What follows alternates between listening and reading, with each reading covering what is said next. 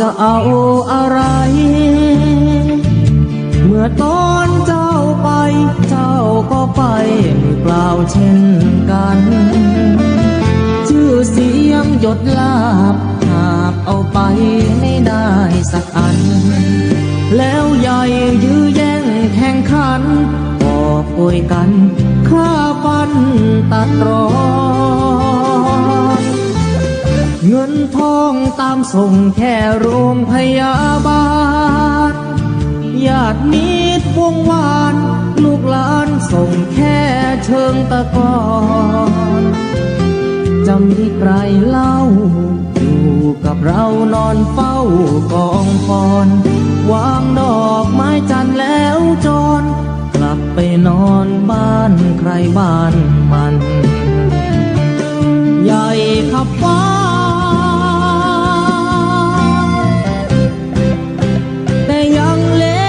ฟ้าลงตึกโตโอทงสุดท้ายนอนลงเหมือนกันไปไม่กลับหลับไม่ตื่นฟื้นไม่มีวัน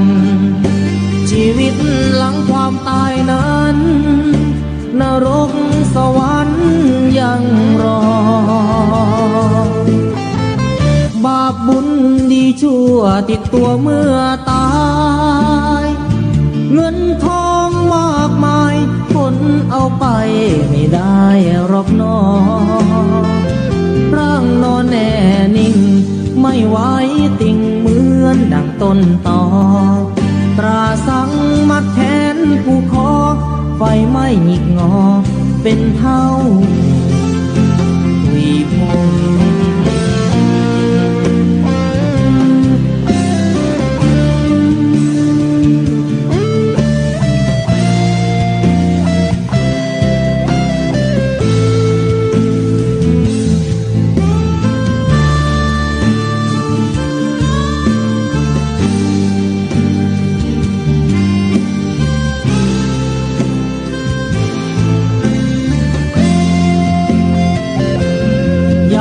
ขับฟ้า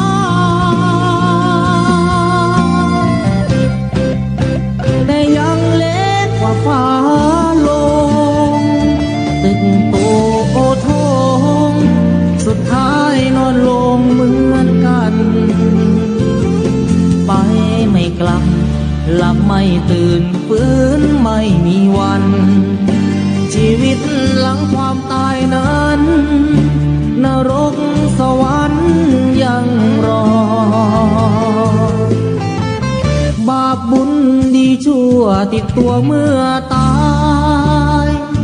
เงินทองมากมายคนเอาไป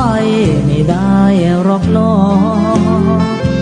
ร่างนอนแน่นิ่งไม่ไหวติ่งเหมือนดังต้นตอตราสังมัดแขนผู้คอไฟไม่หงิกงอเป็นเท่าขุยผง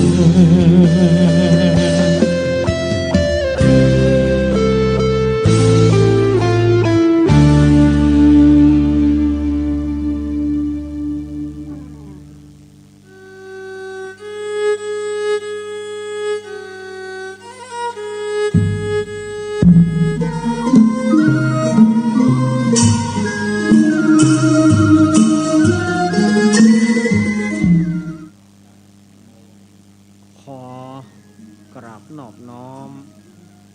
ยังปูนพระติทไรรัตนาผ่านแผ้วพระเกี่ยวเจ้าต่างสามประการหมายมีพระพุทธพระธรรมพระสงฆ์อันเป็นสารณะที่เปิ่งของหมู่เฮาต่างหลายขอกราบไหว้สาบุญญาปารมีธรรมท่านอาจารย์ท่านพระครูอภิวัฒนวิกรมเจ้าอาวาสวัดปากตังเจริญผู้ดำเนินรายการ เสียงธรรมแสงอรุณและรายการอู้จ่าภาษาไทยพร้อมไปด้วยท่านครูบาอาจารย์พระสงฆ์องค์สังฆเจ้าภิกษุสามเณรทุกรูปทุกองค์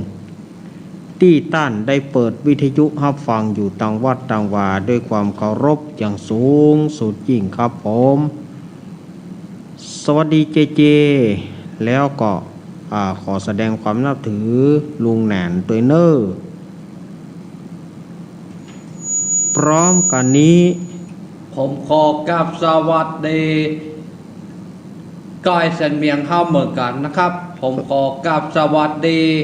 ตุ๊ดงนวลคนรูปหล่อเข้าเหมือนกันนะครับสวัสดีเนอ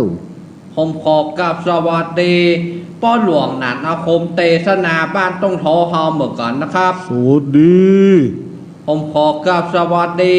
แม่หลวงนงบ้านต้องท้อเข้าเหมือนกันนะครับผมขอกราบสวัสดี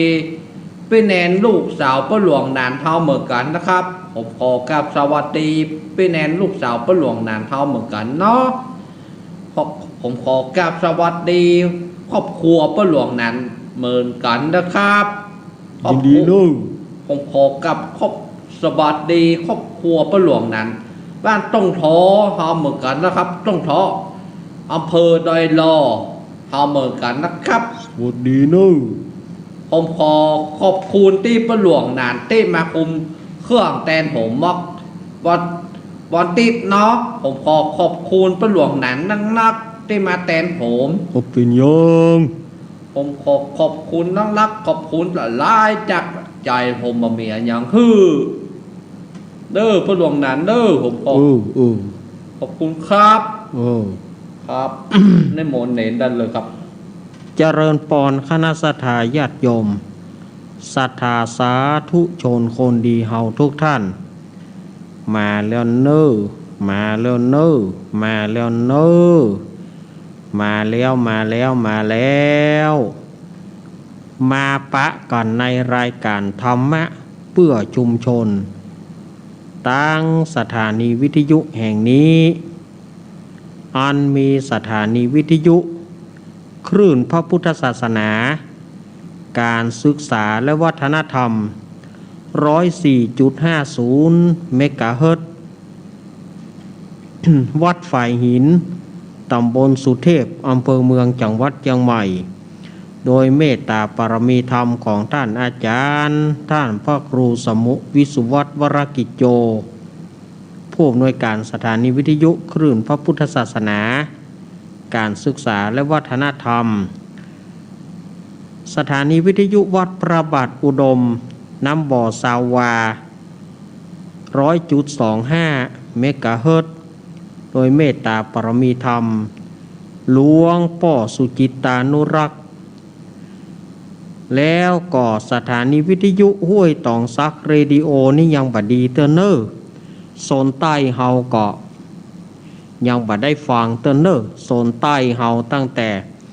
จอมตองดอยหล่อเวียงหนองล่องป่าซางบ้านโฮงสันปะตองบางส่วนที่ฟัง 98.75 เมกะเฮิรตซ์ยังบ่ได้ฟังกันเตื้อ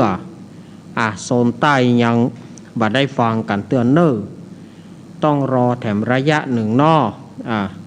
เมื่อใดท่านอาจารย์อาตมาก็ไม่สามารถจะบอกได้เนาะเอาไปว่าถ้าดังมาก็ไปว่าได้ยินนะ สถานีวิทยุมนต์เสียงธรรม 106.25 เมกะเฮิรตซ์โดยเมตตาธรรมของหลวงพ่อมงคลวิสิทธิ์เน็ตครับขึ้นวัดฝ่ายหินเปิ้นทับสัญญาณนั้นเด้อครับขอขอบคุณท่านอาจารย์ท่านพระครูสมุวิศวัตวรกิจโจนะครับนอกที่เปิ้นทับสัญญาณแล้วแล้วก็สถานีวิทยุมนต์เสียงธรรม 106.25 นี่ก็โดยเมตตาธรรมของหลวงพ่อมงคลวิสิทธิ์แล้วก็ท่านปรัตน์อุทัยทั้งสองท่านทั้งสองอุทัยเนาะสถานีวิทยุแม่ขจารโมเดิร์นเรดิโอของ 94ของป้อน้อยสุวรรณแม่อนงน้องเจพรหมมินทร์ที่เปิดฮับสัญญาณแล้วก็สถานีวิทยุเวียงป่าเป้าเรดิโอสถานีวิทยุดอยหมอกเรดิโอสถานีวิทยุบ้านทุ่งเรดิโอ 89.50 เมกะเฮิรตซ์แล้วก็แถมหลายสถานีเนาะที่เปิดฮับสัญญาณในวันนี้รายการธรรมะเพื่อชุมชนโดยมีเก้ากับผมอาตมาภาพสามเณรรักปัญโยนันท์แห่งวัดสันเหมืองตำบลหนองล่องอำเภอเวียงหนองล่องจังหวัดลำพูนเป็นผู้ดำเนินรายการมาปะกันวันนี้เป็นวันอังคารที่14กันยายนพุทธศักราช2564เดือน12เหนือเดือน10ใต้ออกมานี่ขึ้นมานี่8ค่ำวันนี้เป็นวันพระวันศีลเนอตอนเจ้าสถาญาติโยมก็ได้ไปใส่บาตรญาติปกตามวัดไผ่วัดมันได้เพลงไอ้วันพระจะไม่จบตะกี้เนาะวันนี้นี่ ผู้ที่ไปวัดก็อาจจะชุกละหุกหน่อยเพราะว่าหางกวมเปิ่นจะมาวัดนี่แต่พอเปิ่นจะมาวัดอยู่ลมปอมฝนก็ตก วันนี้นะยุ่งหน่อยศรัทธาไปวัดไปว่าอันที่เปิ่นใกล้วัดก็ยาแควนหน่อยที่วัดอยู่ไกลทุลุงแต่เจ้ามาขึ้นศาลาอย่างได้ฝนมาตกครับเอาจ้องเอากะมันมากางจ้องไปนั่นน่ะกางจ้องไปนั่นเนาะลามาขึ้นศาลาของหูจ้องเหียเนาะเอาจ้องกางไว้หลังแนกกันศรัทธาญาติโยมวันนี้ก็ตุเจ้าตำปุ้งขึ้นที่โตนครับก็ขึ้นหมดอะกะฝนก็ตกแค่นอกแต่เจ้านะโอ้กวมเปิ่นจะมาวัดพอดีอันที่เปิ่นได้กะเกียมก็เปิ่นก็มุ่นกันไป พ่องก็ขึ้นรถยนต์พ่องก็นุ่งเสื้อกันฝนไปก็ขออนุโมทนากับญาติโยมที่เปิ่นไปใส่บาตรญาติปกกันวันนี้เนาะอนุโมทนาเนอะแล้วก็วันพระหน้าวันศีลหน้าก็วันเดือน12เปงแล้วศรัทธาญาติโยมก็จะได้ตานหาญาติพี่น้องเปื่อนป้องสหายปิตามารดาพ่อแม่ก็ทยอยกันตานเนอะศรัทธาญาติโยมทยอยกันตานตั้งแต่บัดนี้เป็นต้นไปแล้วก็จะไปลืมเนอะวันที่19ก็คือวันอาทิตย์หน้านี้ก็ตั้งท่านอาจารย์ท่านพ่อครูอภิวัฒนวิกรมเปิ้นก็ได้บอกเอิ้นเชิญชวนคณะศรัทธาญาติโยมได้ไปร่วมทำบุญกันที่พระธาตุสีสองเมืองดอยนางเกี้ยวเนาะซึ่งวันนั้นอาตมาก็จะไปเหมือนกันแต่อาตมาก็คงจะไปขวายๆหน่อยวันที่19เนาะวันที่19ตุลุงจะไปวะครับไปกะตุลุงนวลจะไปวะไปกะตุลุงนวลจะออกวัดสันเมียงไปกี่โมงครับก่อนนะเอาเจ้ารถว่ามันกำเนอะน่าก็เฮาก็ไปห่วมตุลุงก้อยมันขอก้อยสันเมียงมันจองโลกของขอยไปส่งครับปนมันนะกะโชเฟอร์ประจำนะกะอันนี้ก็ศรัทธาญาติโยมก็จะได้ไปห่วมกันอาตมาภาพก็เสียดายนะมาได้บอกเอิญเจิญจวนทางโซนใต้เฮาสายใต้เฮาเพราะว่าสถานีเปิ้นบดีเนาะถ้าได้บอกเอิญเจิญจวนก็จะศรัทธาญาติโยมก็จะห่วมทำบุญทำทานกันจะห่วมทำบุญกันอันนี้ก็ทางโซนใต้พวกก็บ่ได้ฟัง อังการหน้าก็เล่าว่าดีกันเนาะถ้าอังการหน้าดีอาตมาก็จะมาเทศธรรมให้ฟังนะบอกว่าจะเป็นธรรมต้านหาผีตายบอกว่าจะเป็นธรรมมหาจาตุนี่วันนี้อาตมาก็ยังบ่ได้เทศธรรมเตื้อเพราะว่าโซนใต้บ่ได้ยินอาตมาก็งดเทศธรรมไปแถมสัปดาห์หนึ่งสัปดาห์หน้าถ้าหากว่าสถานีวิทยุห้วยตองซักดีแล้วอาตมาจะนำเอาพระสัทธรรมเทศนาก่อนชูชกมาเทศแต่เป็นการชูชกฉบับละเอียดฉบับยาวเหยียดเลยเนอะซึ่งฉบับนี้ใช้เวลาถ้าว่าเฮาเทศไปเลยก็ประมาณ2 ชั่วโมงแต่อาตมาจะแบ่งเป็นอังการไปอังการนี้ได้ไปหน่อยอังการนี้ได้ไปหน่อยอีนะก็คงจะใช้เวลาประมาณสัก2-3 สัปดาห์เพราะอาตมาจะเอาทำมาเทศลืมแล้วก็เอาฉบับโดยละเอียดฉบับยาวๆไปเลยเนาะจะเอามาเทศมาเล่าให้ศรัทธาญาติโยมได้ฟังกันแถมเมื่อมาปะกันแล้วบ่เฮือกลัดแล้วเสียเวลาศรัทธาญาติโยมวันนี้อาตมาจะสืบชะตาให้ศรัทธาญาติโยมเนอะพายที่จะเอาน้ำมนต์ก็เตรียมไว้เลยเอาน้ำไว้หิมหน้าปอดวิทยุอะไรไปเอามือไปปอดเข้าใส่เนอะเอาปอดเข้าใส่กับป้วนเนอะวิทยุเปียแล้วก็เช่าเนอะ ตลุงอันปีที่สมัยว่าจะเตรียมน้ำมนต์เล่าไว้หรอกถ้าเอาน้ำมนต์กับถ้าเอาลอกเปิ่นหรอกขอบคุณเนอะโยมปีพิสมัยผู้ดำเนินรายการธรรมะคลายเครียดประจำวันเสาร์วันอาทิตย์อันนี้ก็อาตมาภาพก็เป็นหนึ่งในทีมงานเปิ้นจะถ้าเอาน้ำมนต์กับถ้าเอาลอกเปิ้นจะเอาไว้อาบตัวหรอกขอบคุณอาตมาภาพก็ได้เป็นหนึ่งในทีมงานธรรมะคลายเครียดคืนวันเสาร์และก็คืนวันอาทิตย์2 คืนทัดกัน3 ทุ่มถึงเที่ยงคืนเนาะ9 โมงถึงเที่ยงคืน3 ทุ่มถึงเที่ยงคืนอาตมาก็เป็นหนึ่งในทีมงานที่ร่วมจัดรายการกับเปิ้ล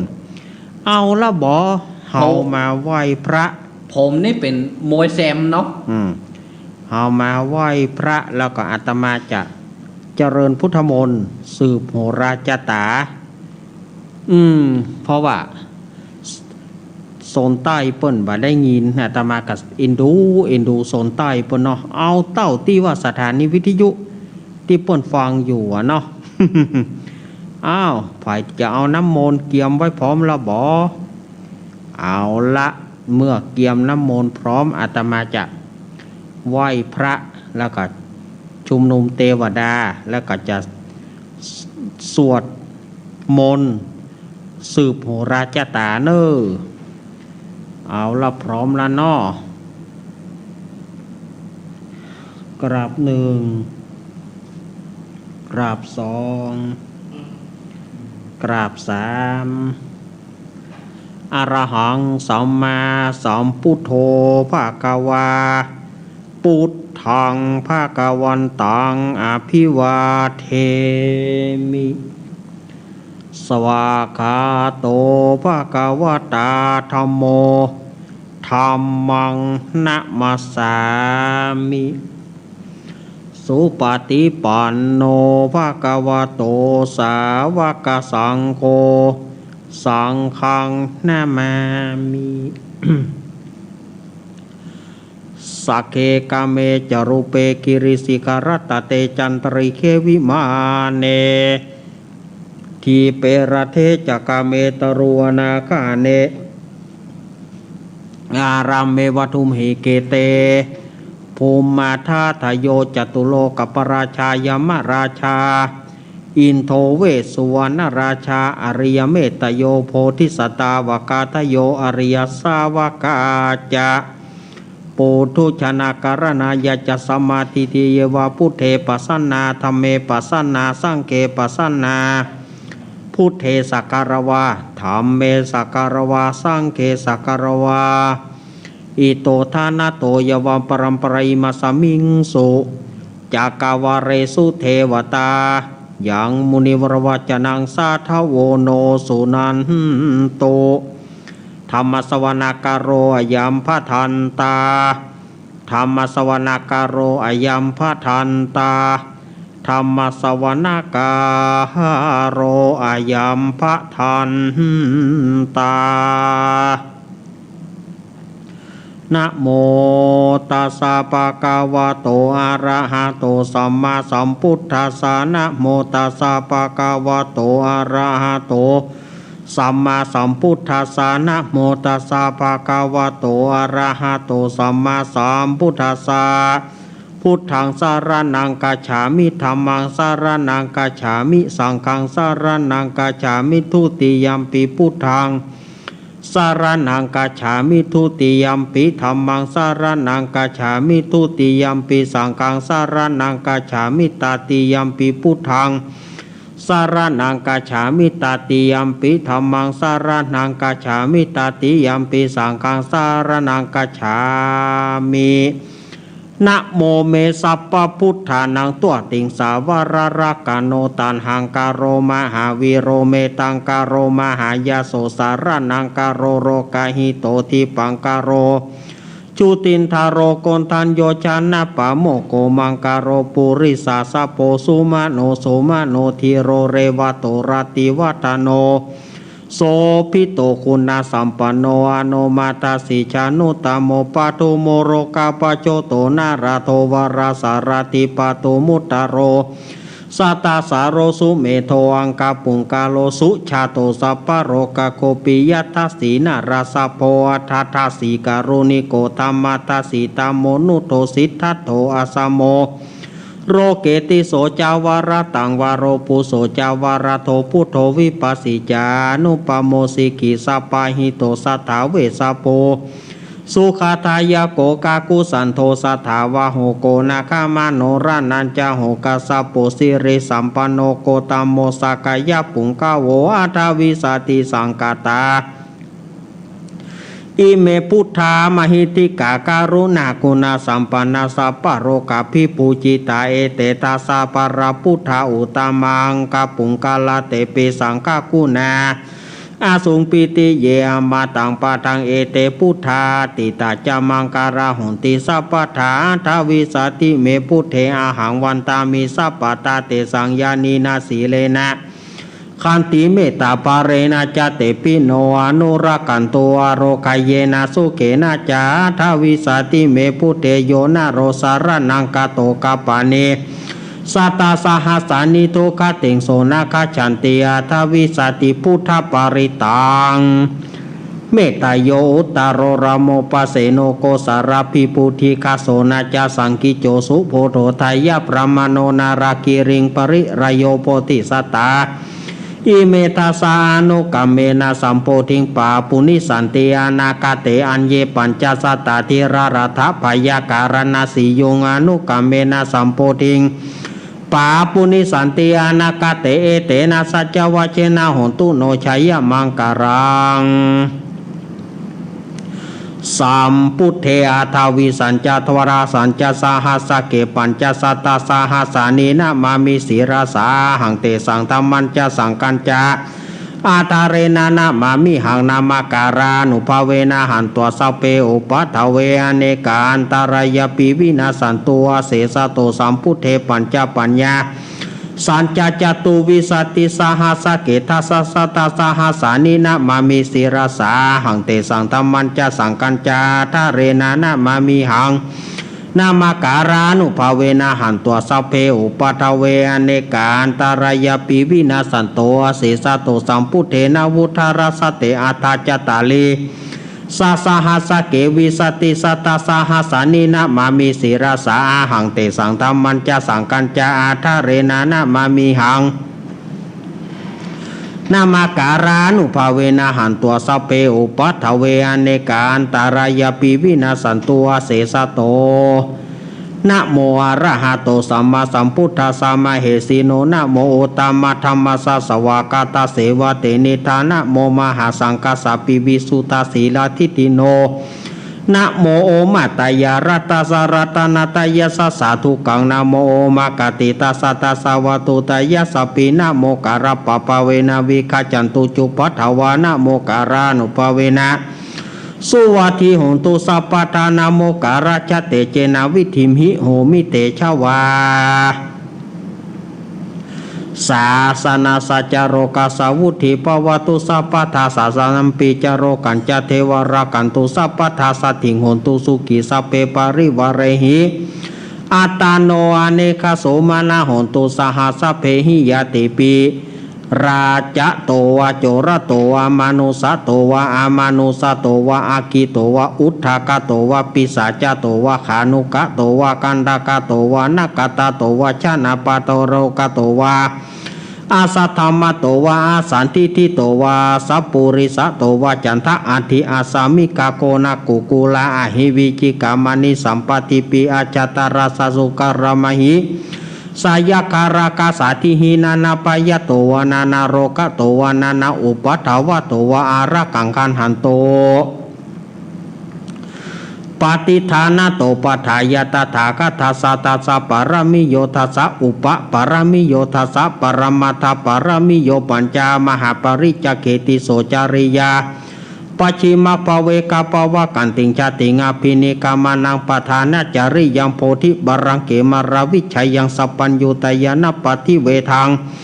นาวาโลกุตระธรรมเมติสัพเพปิเมพุทธกุเนอวชิตวาเวสาริยติสุปาการันตาเรสุติยามรติงปริตังการนโตอายสมาอานันทเถโรวิยาการุญญาจิปิจิตังอุปทัปเปตวาโกติงสัตตาสหัสเสสุจักวเรสุเทวตายสานัมปฏิกันหันติยาจเวสาริยัมปุเรโรกามานุสัตถุปิกสัมปุตันทีวิธามปยังกิปมันตาราธาเปสีปริตันตัมพนามะเหเอาจิเตียนเนอะจิเตียน จิเตียนในบัดน้ำมนต์เนอะอาเสวนาจาภารานังปันติตานาจาเสวนาปูจาจาปูจาเนยานังเอตามังการามุตตามังปฏิลูปเทสาวโสจะปุเพจากาตาปุญญาตาทัสสัมมาปนิติจะเอตามังการามุตตามังปาหุสัจจังจะสิปัญจวินายโยจะสุสีกิโตสุภาสิตาจยาวจะเอตามังการามุตตามังมาตาปิตุอุปทานังปุตตรารสสังฆโหอนากุราชกัมมันตาเอตามังการามุตตามังทานันจะธรรมจาริยันจะยัตตกานาจะสังฆโหอนาวชาเนกัมมาเนเอตามังการามุตตามังอารติวิรติปปามาชปานาจะสัญญโมปามาโทจะธรรมเมสุเอตามังการามุตตามังการาโวจานิวโตจะสันทุติจะกตัญญูตกาเลนะธรรมสาวนังเอตามังการามุตตามังกันติจะโสวจะสตตสมานานันจะทัสนังกาเลนะธรรมสากัจฉาเอตามังการามุตตามังตโปจะพระมจาริยันจะอริยสัจนาทัสนังนิพพานาสัจจิกิริยาจะเอตามังการามุตตามังพุทธสาโรกาตเมหิจิตังยันตานากัมปติอโศกังวิราจังเขมัง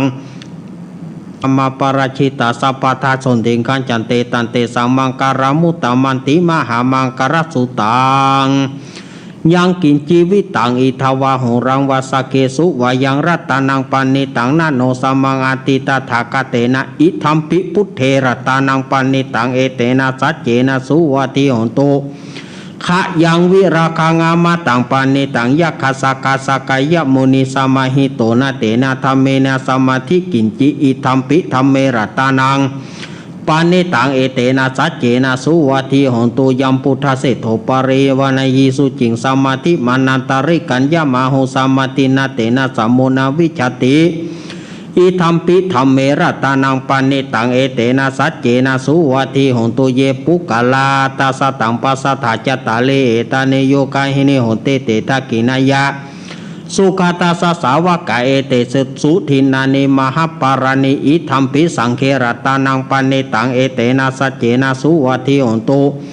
เยสุปายุตามนาสาทัลละเหนาเนกามิโนโกตามาสาสนัมหิเตปฏิปตามาตังวิไกหาราตามุตานิปุติงปุชามานาอิธัมปิสังเครตานังปานิตังเอเตนะสัจเจนะสุวัติโหนตุขีนังปุรานังนาวังนันทิสัมภวังวิรตาจิตายติเกปวัสมิงเตกีนาปิชาวิรุณหิฉันตานิปันติติรายถายัมปติโปอิธัมปิสังเครตานังปานิตังเอเตนะสัจเจนะสุวัติโหนตุยาเนตาโปดานิสามกตาเนโปมาเนวายาเนวาอันตริกิตถากตังเทวมนุสปุจิตังพุทธังนามาสามาสุวัติโหนตุยาเนตาโปดานิสามกตาเนโปมาเนวายาเนวาอันตริกิตถากตังเทวมนุสปุจิตังธัมมังนามาสามาสุวัติโหนตุยานิตาปุนันตานิสามกตานิโปมาเนวายาเนวานตาเรเกตถากตังเทวมนุสปุจิตังสังฆังนามาสามาสุวัติโหนรัตนสุตังการณิยมันทากุสเลนะยันตสามุโทอานาติมานิสันตุสักโกจาสุปารโรจาปากิโจจาสันลาหูกาวุติสันตินริโยจานิปโกจาปะกะโปปุเรโสอานานุกิโทนาจักุถังสามาจาเรกินเจเยนะวินโยปาเรโอปาวัฏไทยุงสุขีโนวาเขมิโนหงตุสัพเพสัตตาปาวันตุสุกิตาตาเยกินจิปานาปุตติตาสาวะถาวราวานาวาเสสาธิกาวะเยมหันตาวามัจจิมารัสกานุกาทุรทิถาวะเยจาอาทิถาเยจาทุเรวะสันติอาวิทุเรปุตตาวะสัมภเวสีวะสัพเพสัตตาปาวันตุสุกิตาตานาปโรปรังนิโกเพตานาติมันเยทักกัตถาจีนังกินจิปายาโรสนาปฏิกาสัญญาเนยมัญญาสาธุกามิฉายามาตายฐานิยังมุตังอายุสาเอกปุตตมโนระเขวัมปิสัพพปุเตสุมานาสัมภาวเยอปาริมานังเมตัญจาสัพพโรกาสมิงมานาสัมภาวเยอปาริมานังอุทังอโรจเตริยัญจาสัมปตังอเวรังอสัพพตังทิฏัญจารังนิสิโนวะสยโนวายวัตสวิกตเมโทเอตังสติงาทิตยประมะเมตังวิหารายธรรมโหติตินจานุปกรรมสีรวัฏสาเนนะสัมปันโนกาเมสุวินัยเกตังนหิจตุกปัสสยังปุณเรเตติการณิยเมตสุตังวิโรปะเขหิเมเมตังเมตังเอระปะเทหิเมชัพพยาปุเตหิเมเมตังเมตังกันหาโกตามะเขหิจาอาปาทะเขหิเมเมตังเมตังทิปาทะเขหิเมจตุปะเทหิเมเมตังเมตังปาหุปะเทหิเมมามังอาปาทะโกหิงสีมามังหิงสีทิปาทะโกมามังจตุปะโทหิงสีมามังหิงสีปาหุปะโทสเปสตาสเปปานาสเปบุตตะจะเกวราสัพเพปัตตารานิปัสสันตุมากินจิปะปะมะกะมะอัปปะมะโนพุทโธอัปปะมะโนธัมโมอัปปะมะโนสังโฆปะมะนาวันตานิสิริสัพพะตาเมระกะกะตาเมปริตาปฏิกัมมันโตโปตานิโสหังนะโมภะคะวะโตนะโมสัตตานังสัมมาสัมพุทธานันติอิติปิโสภะคะวะอะระหังสัมมาสัมพุทโธวิจจารณะสัมปันโนสุขโตโรกาวิโตอนุตตโรปุริสตัมมัสสารัตถิสัทธาเทวมนุสานังพุทโธภะคะวะติสวากาโตภะคะวะตาธัมโมสันติติโกอาการิโกเอปัสสิโกปานายิโกปัจจตังเวทิตาโปวินโยหิติสุปฏิปันโนภะคะวะโตสาวกสังโฆชุปฏิปันโนภะคะวะโตสาวกสังโฆยายาปฏิปันโนภะคะวะโตสาวกสังโฆสามิจิปฏิปันโนภะคะวะโตสาวกสังโฆยาติตังจตาริปุริสายุขานิอัตตปุริสปุงการายสัพพะวะโตสาวกสังโฆอาหุนายโยปะหุนายโยทักกินายโยอัญจาริการณิโยอนุตตรมุญญเกตังโลกัสสาติ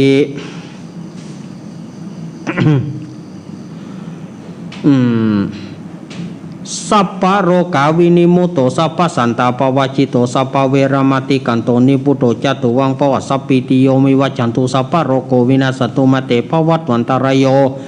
สุขีติกายุโกภวะอภิวัตานาสิริสานิจังวุธาปัจจายโนจตารโรธรรมวัฏันติอายุอโนสุขังพลังพาหุงสหัสมาปินิมิตาสวุตันตังเครเมการังอุติตาโกรสาเสนะบารังธานาทิธรรมาวิธินาจิตวา มุนินโทตันเตจะสาปวัตุเตชยมังการานิมาราติเรกามาปิยุจิตตาสปาราติงโกรัมปนาระวะกามะขมัททายกังคันติสุทันดาวิตินาจิตาวามุนินโตตันเตจะสาปวัตุเตชยมังการานินารากิริงกัจจวรังอาติมาตาปุตังทาวกิจกรรมสานิวสุตารุนันตัมเมตัมปุเสกวิตินาจิตวามุนินโตตันเตจะสาปวัตุเตชยมังการานิอุกิตากะกัมมันติอันตสุตารุนันตันตวันติโยชนะปตังกุริมารวันตังเอติปิสังกตามโนจิตวามุนินโตตันเตจะสาปวัตุเตชยมังการานิกัตตวานะกันธามุตตารังเอวะกปินิยจินจายทุทธวัจนังชยกายะมันเชสันเตนะโสมาวิธินาจิตวามุนินโตตันเตจะสาปวัตุเตชยมังการานิสัจจังวิหายมติสัจจกวัฏเกตุงวัฏปิโรปิตามานังอันติอันทปุตังปัญญาปฏิปชาริโตจิตวามุนินโตตันเตจะสาปวัตุเตชยมังการานินันโตปนันทปุจขังวิพุทังมหิติงปุตเตนะเถระปุจเกนะธรรมปยันโตเอตุปเทสวิตินาจิตวามุนินโทตันเตจะสาปวัตุเตชยมังการานิทุกขหาติติปุจเกนะสุราทังพระมังวิสุติจุติมิติปกาปิตานังยานากเตนะวิตินาจิตวามุนินโทตันเตจะสาปวัตุเตชยมังการานิเอตาปิพุทธชัยมังการะอาทากถายโยวัจโนตินะเทเนสารเตมาตันติตัวนันิกวิวิธานิจุปัตวานิโมขังสุขาธิกามายานโรสาปัญโยโพชังโคสติสังกาโตธรรมานังวิจโยตถาวิริยัมปิติปัสสติโพชังคาจตถาปเรสมัทุเปขะโพชังคาสัตเตเตสปัทสินามุนินาสมาทากตาภาวิตาภาหุริกตาสังวัตติอภิญญานิปานายะเจโพธิยาเอเตนะสัจวเจนะโสทิเตหงตุสัพพทาเอกัสสมิงสมัยเยนะโตโมกาลานันจักสปังกิลาเนตุกิเตทิสวาโพชังเคสตะเทสยิเตจตังอภินันติตัวโรกามุจิงสุตังคเนเอเตนะสัจวเจนะโสทิเตหงตุสัพพทาเอกถาธรรมราชาปิเครัญเยนะพิปิลิโตจุนทัตเถเรนะตันเยวะพนาเปตัวนัสสาตรังสมโมทิตัวจะอาปาทาตัมหาวุธาสิฐานะโสเอเตนะสัจวะเชนะโสติเตหนตุสัพพทาไปนะเตจะอาปาทาตินานัมหิตินานัมปิมเหสีนังมะคะหตะกิเลสวะปตานุปฏิธรรมตังเอเตนะสัจวะเชนะโสติเตหนตุสัพพทายันตุนิมิตังอวามังการัญจะโยจามานาโปสกุณสัสสโตปาปะกะโหตุสุปินาอากันตังพุทธานุภาเวนะวินัสสมิโตยันตุนิมิตังอวามังการัญจะโยจามานาโปสกุณสัสสโตปาปะกะโหตุสุปินาอากันตังธรรมานุภาเวนะวินัสสมิโตยันตุนิมิตังอวามังการัญจะโยจามานาโปสกุณสัสสโตปาปะกะโหตุสุปินาอากันตังสังฆานุภาเวนะวินัสสมิโตมหาการุณิโกนาโถอิตายาสัพพปานินัมปุริตาปารามิสัมปปันโตสัมโพธิมุตตมังเอเตนะสัจวัจเจนะโหตุเตชัยมังการังชยันโตโพธิยาโมเรสกายานังนันติวัตโนเอวังตวงวิจโยหิจยสุชัยมังกะเลอปารังจิตังปารังกิสิเสปตวิปุกะเลอเปเสเกสัพพพุทธานาคัปปะโตปมุตตติสุนักตังสุมังการังสุปปะตังสุติตังสุกโนสุโมโหโตจะสุยิทังพระมาจาริสุบารักกินากายกัมมังวาจากัมมังปัทกินังปัทกินังมโนกัมมังปณิทิเตปัทกินาปัทกินาเนกตวนาราพันตเตปัทกิเนโสอัทราโทสุกิโตวิรุณโหพุทธศาสเนโรโกสุกิโตหิสาสเปยติภิสาอัตราธาสุขิตาวิรุณหาพุทธศาสเนโรกาสุขิตาหิสาสเปยติภิเตอัตราธาสุขิตาวิรุณหาพุทธศาสเนโรกาสุขิตาทัสสาสเปยติภินัตถิเมสารนายังพุทโธเมสารนาวรายเตนะสัจวะเจนะตุเตชัยมังกรังนัตถิเมสารนายังธรรมโมเมสารนาวรายเตนะสัจวะเจนะตุเตชัยมังกรังนัตถิเมสารนายังสังโฆเมสารนาวรายเตนะสัจวะเจนะตุเตชัยมังกรังยังกินจิรัตานังโลเกวิจติวิวิตาปุตุรัตนาพุทธสมานาติตัสมาสุทิมพวันตุเตยังกินจิรัตานังโลเกวิจติวิวิตาปุตุรัตนังธรรมสมานาติตัสมาสุทิมพวันตุเต ยังกินจิราตานังโลเกวิจติวิวิตาปุถุรัตานังสังฆสมังนาทีทัสมาสุนทิมพวันตุเต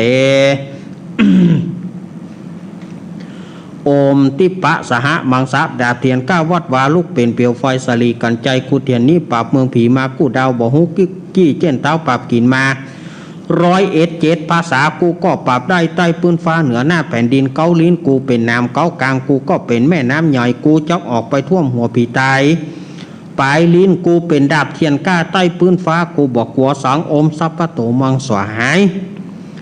โอมเป็ดจะรำแผ่นดินดำไว้ว่าสายตาผีขาดกับหนีละคนดีกูเอาไว้นี่อย่าบ่ได้เอาไปตัวหมู่สู่ต้านตั้งผีมารและผีเขนตั้งผียักษ์ผีเย็นอย่ามาไกลตั้งผียากร้ายจงหนีไปปอนผีกลุ่มพันและผีให้อันเตียวต้องพายจงรีบหนีไปโอมสัพพโตมังสวหาย สาธุสาธุสาธุพระปัญญาปารมี30ทัสสาธุพระปัญญาปารมีวัดแวดล้อมวิริยะปารมีอ้อมระวังดีศีลปารมีบางหอกดาบเมตตาปารมีผาแปะตังปืนตานะปารมีคือเป็นปืนตั้งต่ออุเบกขาปารมีก่อเป็นเวียง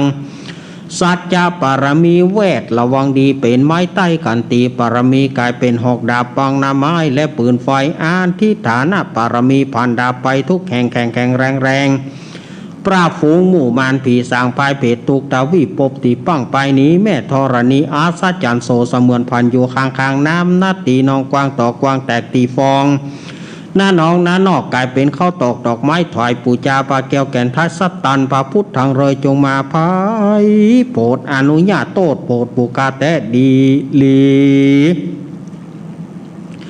แม่ธรณีออกมารีดผมอยู่ข้างท่าจางให้ขายสัจจังงาซับดินพ่นน้ำนัดตีลงผ่านภายคอภายหักตบเต้าพญามานเอาต่างปูนกัวยกมือขึ้นทูลหัวใส่ก้าวว่าผู้ข้านี้ชื่อว่าลูกศิษย์พระพุทธเจ้าตนมีบุญสมปานันมากนักพระพุทธเจ้าจึงจะตั้งปัญญาปรมีไว้เก้าจันตั้งไว้ตั้งอาณาก็ได้เก้าจันตั้งไว้ตั้งหลังก็ได้เก้าจันตั้งแต่หัวแผ่วตีนก็ได้เก้าจันตั้งแต่ตีนแผ่วหัวก็ได้เก้าจันแสนวาแม้นว่าลูกปืนมันจะมาเสมือนโฟนแสนหาก็บ่อาจยักมาไกลได้ข้าพเจ้าเลยได้ว่าโอมพุทธกุณังโอมธรรมะกุณังโอมสังฆกุณังโอมพุทธอินตาโอมธรรมะอินตาโอมสังฆอินตาอัสสะอัปแม่ธรณีผู้อยู่เหนือน้ำผู้อยู่กำแผ่นดินกังข้าได้ระลึกคิดถึงคุณพระปิตาคุณพระมารดาคุณครูบาอาจารย์คุณเทวบุตรเทวดาคุณแก้วเจ้าทั้ง3ประการ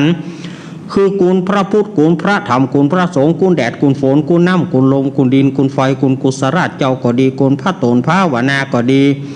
กูนางอุทราก็ดีกูลพระปัญเจกับพุทธเจ้าก็ดีกูลแม่ธรณีก็ดีกูลเจ้าแม่กวนอิมบรมโพธิสัตว์ก็ดีจงมารักษากำหน้าและกำหลังตนตัวแห่งข้าพเจ้าและญาติกาพี่น้องแห่งข้าพเจ้าและตลอดจนถึงผู้ฟังรายการทุกสถานีจู้ผู้จู้คนนั้นจงจักมีเกี่ยงแต่ดีหลีจิมเตอโอมพุทโธพุทธังรักษาโอมธรรมโมธรรมังรักษาโอมสังโฆสังฆรักษาโอมพุทโธพุทธังอรหังโอมธรรมโมธรรมังอรหังโอมสังโฆสังฆังอรหังโอมพุทโธพุทธังกันหะโอมธรรมโมธรรมังกันหะโอมสังโฆสังฆังกันหะอายุวันโนสุขังพลังอติตัมมัสสมิงจะพุทธกุณังอติตัมมัสสมิงจะธัมเมกังอติตัมมัสสมิงจะสังฆานังสัพพะโรกะพยาวิวัจจยังสัพพะระบังพวันตุเมจันทามัสสมิงจะพุทธกุณังจันทามัสสมิงจะธัมเมกังจันทามัสสมิงจะสังฆานังสัพพะโรกะพยาวิวัจจยังสัพพะระบังพวันตุเมอังคารามัสสมิงจะพุทธกุณังอังคารามัสสมิงจะธัมเมกังอังคารามัสสมิงจะสังฆานังสัพพะโรกะพยาวิวัจจยังสัพพะระพังพวันตุเมพุทธมัสสมิงจะพุทธกุณังพุทธมัสสมิงจะธัมเมกังพุทธมัสสมิงจะสังฆานังสัพพะโรกะพยาวิวัจจยังสัพพะระพังพวันตุเมกุรุมัสสมิงจะพุทธกุณังกุรุมัสสมิงจะธัมเมกังกุรุมัสสมิงจะสังฆานังสัพพะโรกะพยาวิวัจจยังสัพพะระพังพวันตุเมสุขมัสสมิงจะพุทธกุณังสุขมัสสมิงจะธัมเมกังสุขมัสสมิงจะสังฆานังสัพพะโรกะพยา วิวัจจะยังสัพพะระพังพรตุเมโสริจมัสมิงจะพุทธกุณังโสริจมัสมิงจะธรรมเมกังโสริจมัสมิงจะสังฆานังสัพพะโรกาปยาวิวัจจะยังสัพพะระพังพรตุเมราหูจมัสมิงจะพุทธกุณังราหูจมัสมิงจะธรรมเมกังราหูจมัสมิงจะสังฆานังสัพพะโรกาปยาวิวัจจะยังสัพพะระพังพรตุเมเกตุมัสมิงจะพุทธกุณังเกตุมัสมิงจะธรรมเมกังเกตุมัสมิงจะสังฆานังสัพพะโรกาปยาวิวัจจะยังสัพพะระวังพวันตุเม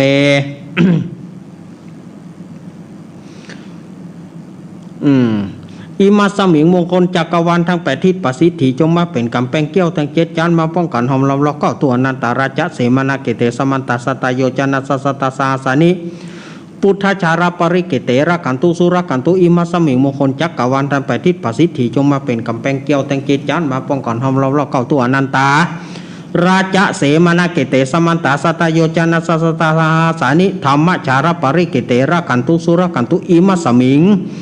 มงคลจักรวาลทั้ง8ทิศประสิทธิจงมาเป็นกำแพงเกี้ยวทั้ง7จานมาก็ป้องกันหอมล้อมล้อก็ตัวอนันตราชเสมานาเกเตสมันตสัตโยจนะสัสตสาสานิปัญเจกพุทธชาราปริเกเตระกันตุสุรกันตุอิมัสมิงมงคลจักรวาลทั้ง8ทิศประสิทธิจงมาเป็นกำแพงเกี้ยวทั้ง7จาน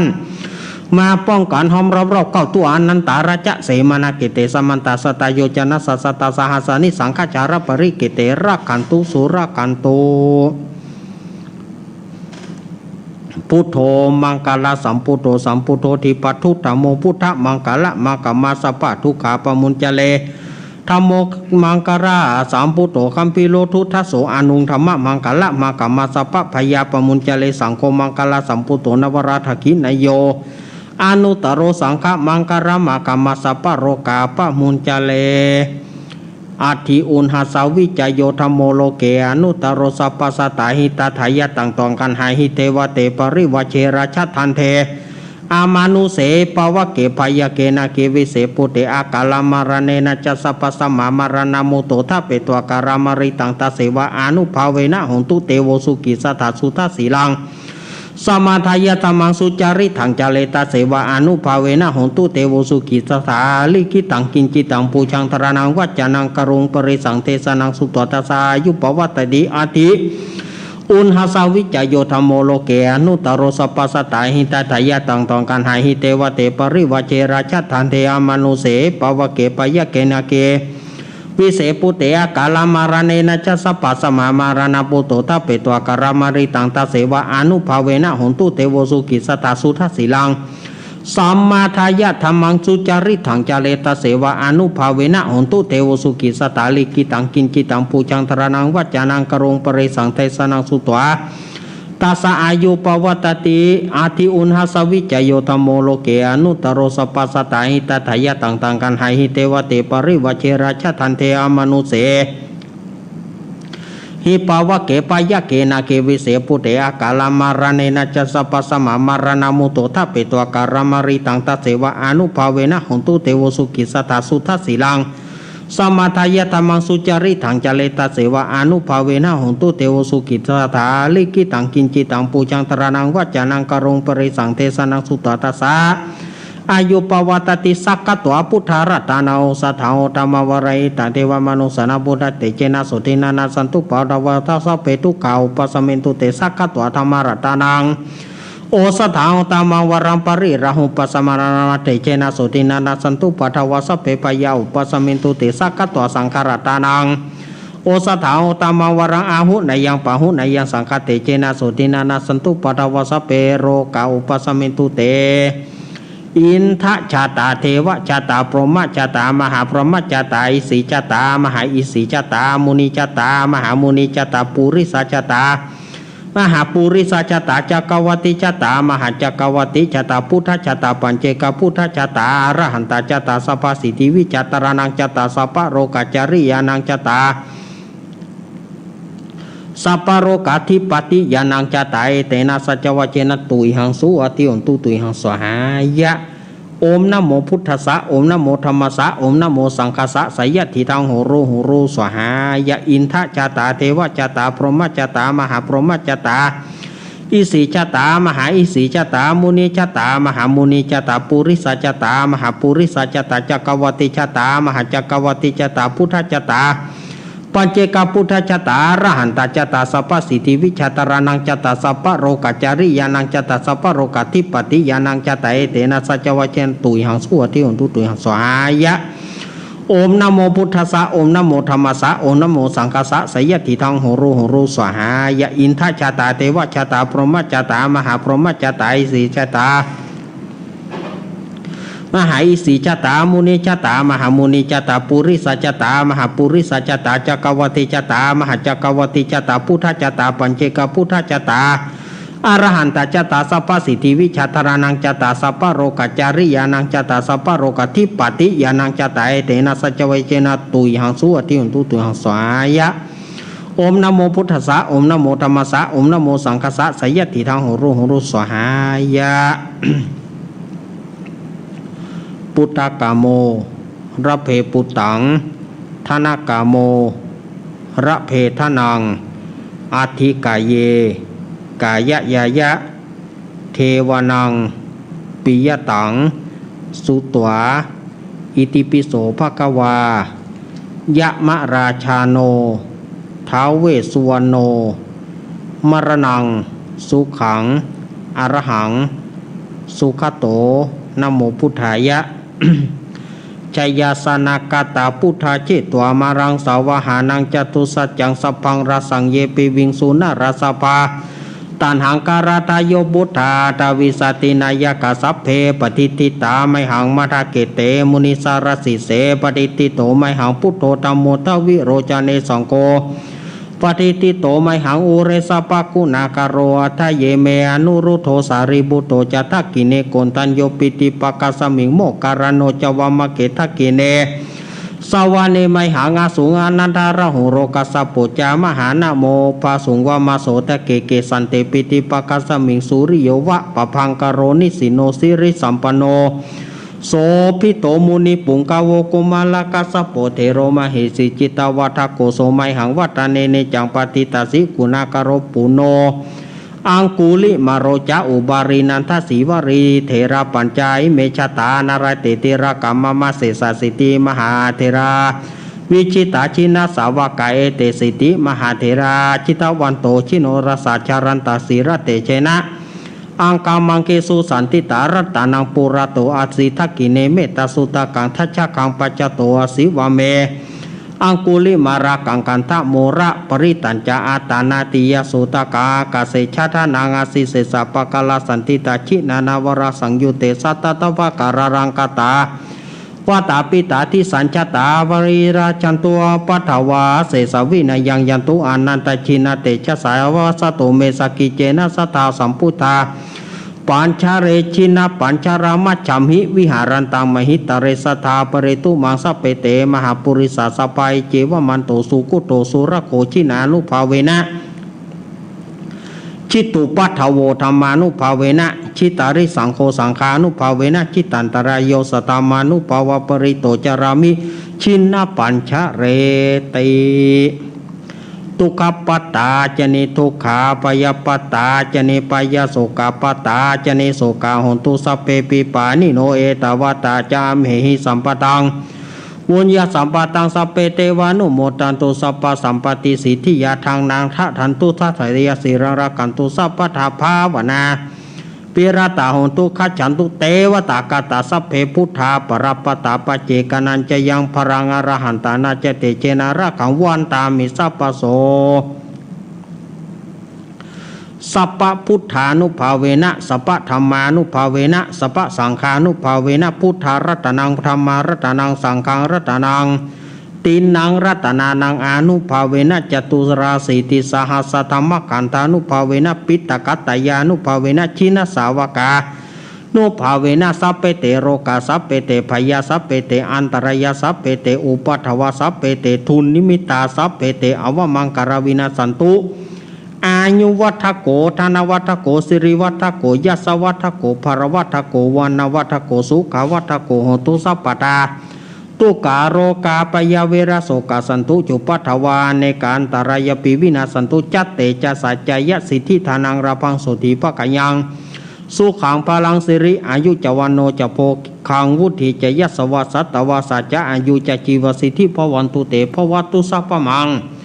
การังรักขันตุสัพพเทวสาสัพพพุทธานุภาเวนะสัทธาโสถิงภวันตุเตภวัตุสัพพมังการังรักขันตุสัพพเทวตาสัพพธรรมานุภาเวนะสัทธาโสถิงภวันตุเตภวัตุสัพพมังการังรักขันตุสัพพเทวตาสัพพสังฆานุภาเวนะสัทธาโสถิงภวันตุเต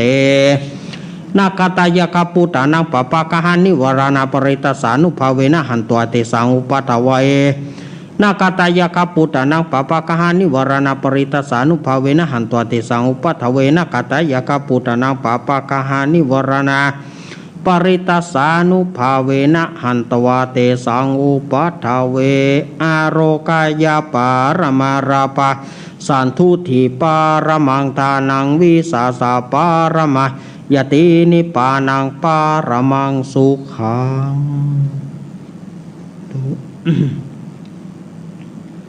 อ้าวสัทธาญาติโยมมามัดมือมามัดมือมามัดมือมาเลยเข้ามามัดมือเลยมาวันนี้ผมไอ้โมมาครับมาแม่ภาคหลังนี่มันบอกให้มาว่ามันหนาวฝนตกเข้ามาสัทธาเฮามามัดมือเลยมัดมือพุทโธมังกาลาสัมพุทโธติปัทุตโมพุทธมังกาละมากามาสัพพทุขาปมุญจเลตโมมังกาลาสัมพุทโธคัมภีโลทุทัสโสอนุธรรมมังกาละมากามาสัพพพยาปมุญจเลสังโฆมังกาลาสัมพุทโธวราทกินายโยอนุตตโรสังฆมังกาละมังกามาสัพพโรกาปมุญจเลสัพเพพุทธาปรปตาปเจกานันจยังอ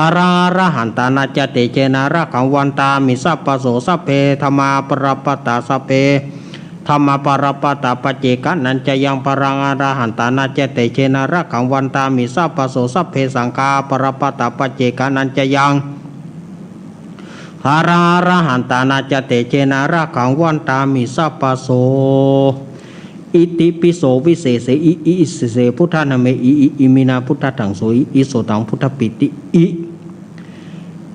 ปัญจมาเรชิโนนาโถปัตโตสัมโพธิมุตตมังจตุสัจจังปะกาเสติธรรมจักกังปวัตยิ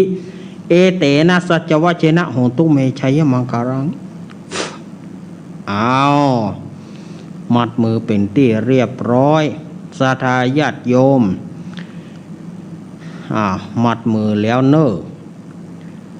ต่อไปนี้ก็เอาจะพรมน้ำมนต์เจ้าหน้าที่พรมน้ำมนต์ทั่วพรมน้ำมนต์ไปเลยเนอะ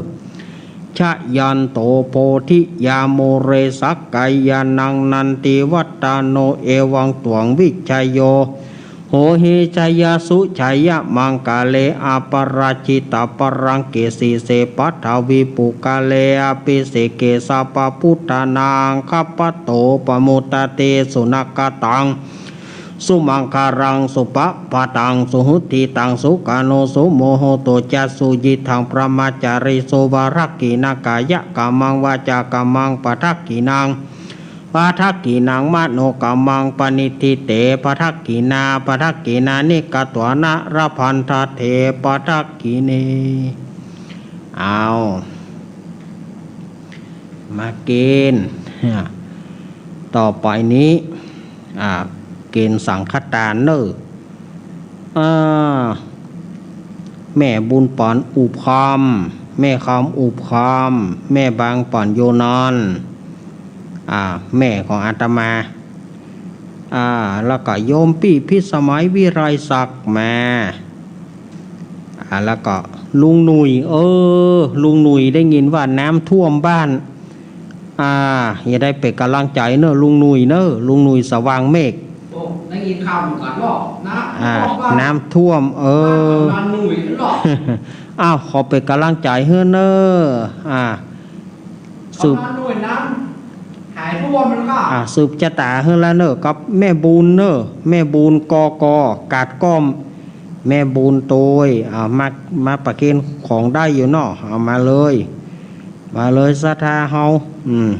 มาประเคนทีมงานธรรมะคลายเครียดมาแม่พรป่าเศร้ามาแม่บุญทีมงานยายพรร้องงัวแดงสันกำแพงเจียงใหม่ แม่จันทิพย์เกตการามทีมงานของเฮาเนี่ยนะไอเอกพะเยาไอพงป่าซางไอเอกพะเยาไอพงป่าซางแล้วก็ทุกท่านมาเป็นตัวแทนมาถึงหมดเลยทีมงานธรรมะใครเครียดเฮานะปะเคนบะเขือแยวมันผูกกันเลยบอกหมอกมันบะเขือนี่นะ ผูกจะตอมกับหมอได้ละบ่ได้ละบ่เอามาจุกันเอาละเนอะบาดเดนี้เฮาทานศีลศีลเฮาฮับเมื่อเจ้าละทานเฮาก็ทานกันไปเฮาสงบจิตสงบใจสักน้อยเนาะสงบจิตสงบใจสักน้อยประมาณจางพับหูงูแลบลิ้นศรัทธาญาติโยมปฏิบัติน้อยหนึ่ง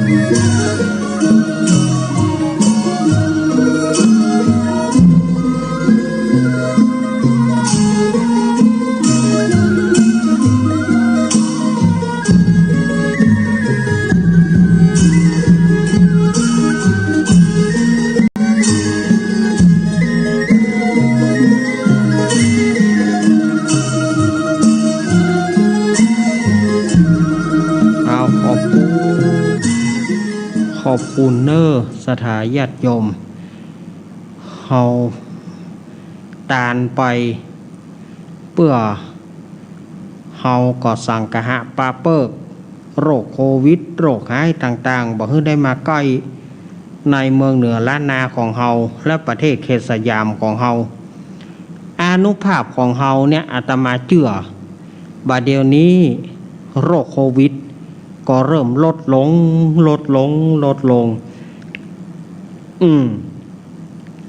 อานุภาพของเฮาได้สวดมนต์ประจำกู้วันอังคารแล้วก็วันศุกร์วันอังคารอาตมาก็เจริญพุทธมนต์ไป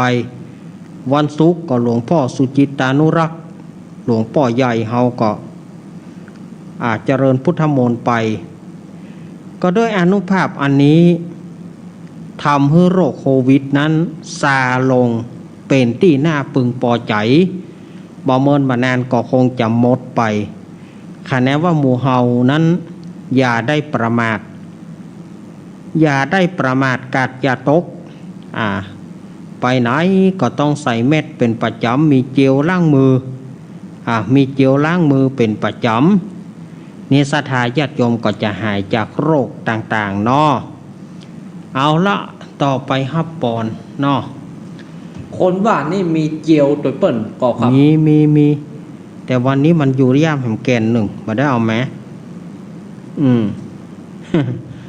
เอาต่อไปฮับปอนเนื้อศรัทธาญาติโยมยะถาวาริวหาปุราปริปุเรนติสาครังเอวะเมวะอิโตทินังเปตานังอุปกปติอิชิตังปฏิตังตุมหังกิปเมวะสมิจฉตุสัพเพปุเรนตุสังกปาจันโทปนารโสยถามณิโจติรโสยถาสัพพิติโยมิวะจันตุสัพพะโรโกวินาสันตุมาเตปาวันตวันตารายโยสุกิติกายุโกภาวะอาภิวัตานาสิริสานิจังวุธาปัจจายโนจัตตารโอธรรมาวัฏันติอายุวันโนสุขังพระลังสาธุ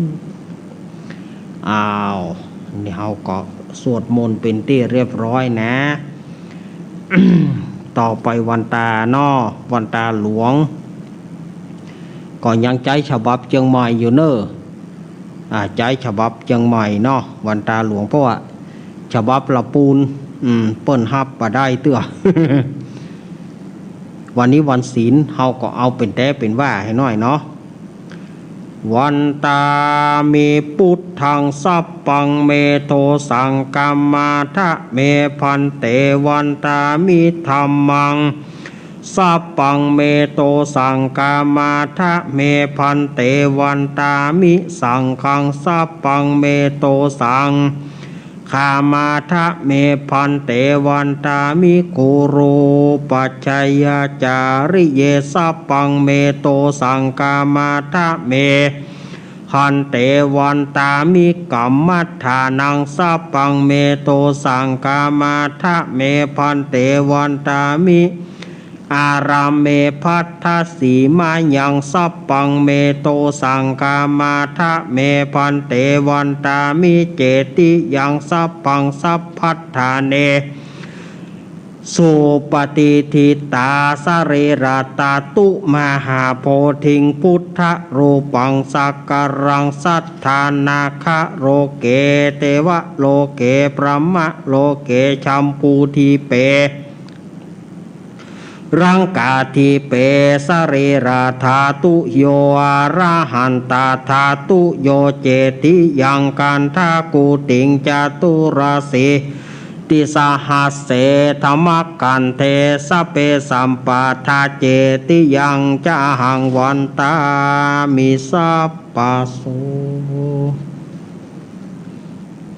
หันหน้าไปทางพระประธานวันตาหน่อยวันตามิพันเตสัพปังงาปะทางกามันทะเมพันเตมายากาตังปุญญังสามินาอนุโมทิตาปังสามินากตังปุญญังมัยหังทาตาพังสาธุสาธุสาธุอนุโมทามิหนึ่งกราบสองกราบสามกราบถึงพ่อแม่ของเฮากราบครูบาอาจารย์เอาแล้วศรัทธาญาติโยมโล่งอกโล่งใจแล้ววันนี้ ได้สวดมนต์สืบชะตาวันอังคารหน้าถ้าสถานีวิทยุห้วยตองซักดีอาตมาจะงดสวดมนต์วันพระหนึ่งเพราะว่ามีเปิ้นขอทำตานหาญาติพี่น้องเปิ้นเขาเป็นวันเดือน12เปงเปิ้นจะตานหาญาติพี่น้องเปิ้นแม่หมายมีแม่แก้วของรัฐแม่แก้วของรัฐนี่บ้านเวียงนะเอาจริงแก้วของรัฐเนี่ยมันมีอยู่สองที่บ้านอาตมาก็มีนะอุ้ยเกี้ยวของรัฐอันนั้นอุ้ยเกี้ยวแวด อันนี้อุ้ยเกี้ยวบ่แวด ระวังเนอะระวังปิ๊กไปแวดก็อย่างระวังเพื่อเกิดต่างเนอะอุ้ยนั่นนี่เป็นอุ้ยเกี้ยวแวดแต่ก็อุ้ยเกี้ยวของเกี้ยวของรัฐเหมือนกันอันนี้แม่เกี้ยวบ้านเวียงอันนี้ก็อาตมาจัดเทศทำหลานเปิดฟังในยูทูบยุ่งมาลัยโพดเนาะแม่เกี้ยวของรัฐบ้านเวียงนี่นะเปิ้นจะตานหาญาติพี่น้องเปิ้นแล้วก็ป้อเจิญแม่จันนวลกันทมูลป้อเจิญแม่จันนวลกันทมูลนี่ก็บ้านเวียงหนองล่องก็จะขอตานทำมาลัยโพดไปหาญาติพี่น้องเหมือนกันแม่ศรีธรเปรมจิตแม่ศรีธรเปรมจิตหนองบัวชัยประการอันนี้ก็จะตานหาป้อศรีธรเปรมจิตผู้ร่วงรับดาวขานไปนี่กับประกาศจะเอาทำอะไรโพดเหมือนกันแล้วก็แม่เพนข่าวเตี้ยแม่เพนข่าวเตี้ยนี่เปิ้นถวายเตียงหนึ่งหลังเพื่อปูจากันเทศเตียงนั้นอาตมากับมอบเพื่อเจไปแล้วอาตมาจะทำพิธีตาลแนวกรรมหนึ่งเนาะวันถ้าว่าสถานีวิทยุ98ดีนะถ้ามันยังบดีเตื้ออาจารย์บดีเตื้อก็บัตานเตื้อ เอาจนกว่ามันเรียบร้อยเมื่อใดเมื่ออันเนาะ ประเด็นนี้จะล่ออย่างต่อจะเปิดสายเลยครับศรัทธาญาติโยมเนาะขณะนี้ศรัทธาญาติโยมกับเราฟังรายการธรรมะเพื่อชุมชนประเด็นนี้9 โมง 9 นาทีแล้วครับ อ่ะ9:09 โอ้วันเวลาก็ล่วงไปเนาะสถานญาติโยมแป๊บเดียวนะวันนี้อาตมาจะเอานิทานสั้นนิทานเรื่องสั้นๆมาเล่าให้สถานญาติโยมได้ฟังกันก่อนเนาะวันนี้ก็มีเป็นเจี้ยก้อมเนาะเป็นนิทานขายหัวเราะ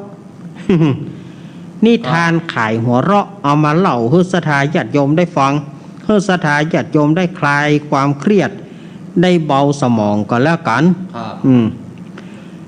นิทานเรื่องนี้เปิ้นฮื้อชื่อเรื่องว่าปัจจัยสี่เปิ้นฮื้อเรื่องว่าปัจจัยสี่มันเป็นอย่างไรฮะ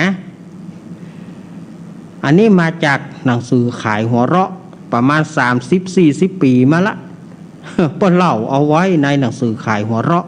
อาตมาหันว่ามีประโยชน์ก็เลยเอามาเล่าให้สถานญาติโยมได้ฟังอันนี้ก็ครูได้ให้การบ้านนักเรียนโดยเฉพาะอย่างยิ่งเด็กชายโหน่งครูได้บอกว่าเด็กโหน่งคะครูจะให้การบ้านเธอนะคะให้เธอไปถามพี่ถามต้นลุงนวลผมวางเด้อลูกโตชื่อลูกป้อปอดพอดีแล้ววางปิ๊กไปมันเกิดหยวกอย่างนั้นนะ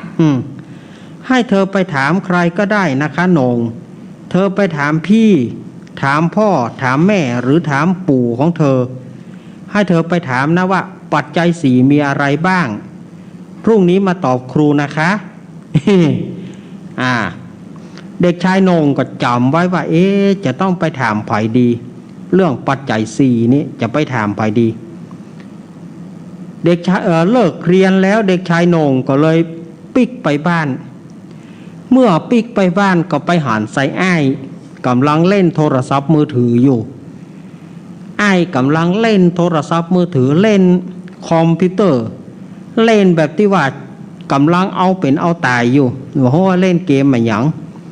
เด็กชายโหน่งนี่ก็เลยเข้าไปหาอ้ายพี่ฮะปัจจัยสี่มีอะไรบ้างฮะยุ่งหน้าอ้ายก็ได้เอกสะเข้าไปยุ่งหน้าเด็กชายโหน่งก็กึดว่าปัจจัยอันที่หนึ่งยุ่งหน้า อันนี้ปัจจัยอันที่หนึ่งเด็กชายโหน่งจำไว้ปัจจัยอันที่หนึ่งยุ่งหน้าก็เข้าไปหาป่อเด็กชายโหน่งนี่ก็เข้าไปหาป่อกำลังเขย่าฟัดไฮโลอย่างขมีขมันเด็กชายโหน่งนี่ก็การเข้าไปหาพ่อฮะปัจจัยสี่มีอะไรบ้างฮะวงไฮโลโว้ยเด็กชายโหน่งก็จำไว้อันที่หนึ่งปัจจัยอันที่หนึ่งยุ่งหน้าปัจจัยอันที่สองวงไฮโลโว้ย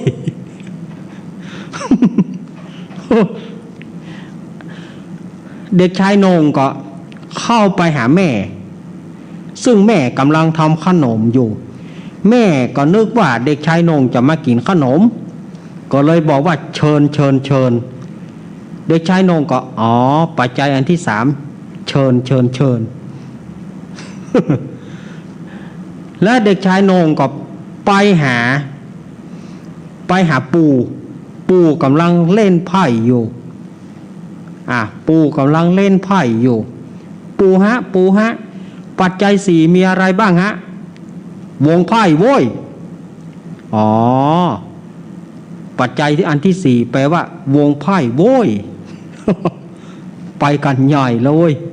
เอาไปกันใหญ่แล้วเว้ย ถึงวันพูกมาเด็กชายโหน่งก็ท่องไว้แหละปัจจัยอันที่หนึ่งยุ่งหน้าปัจจัยอันที่สองวงไฮโลโว้ยบอลไฮโลวงไฮโลโว้ยปัจจัยอันที่สามเชิญปัจจัยอันที่สี่บ่อนการพนันโว้ยเด็กชายโหน่งก็จำเอาไว้กลัวลืมท่องอยู่หั่นนะอันที่หนึ่งยุ่งหน้าอันที่สองวงไฮโลโว้ยอันที่สองวงไฮโลโว้ยอันที่สามเชิญอันที่สี่บ่อนการพนันโว้ยท่องไปถึงฮอดวันพุกเด็กชายโหน่งก็ เข้าไปในห้องเรียนครูคนเดิมก็เข้ามาถามว่าไงคะเด็กชายโหนงปัจจัยสีเนี่ยที่ครูให้การบ้านไปเมื่อวานเนี่ยลองบอกครูสิคะปัจจัยที่หนึ่งมีอะไรบ้างปัจจัยอันที่หนึ่งมีอะไรคะ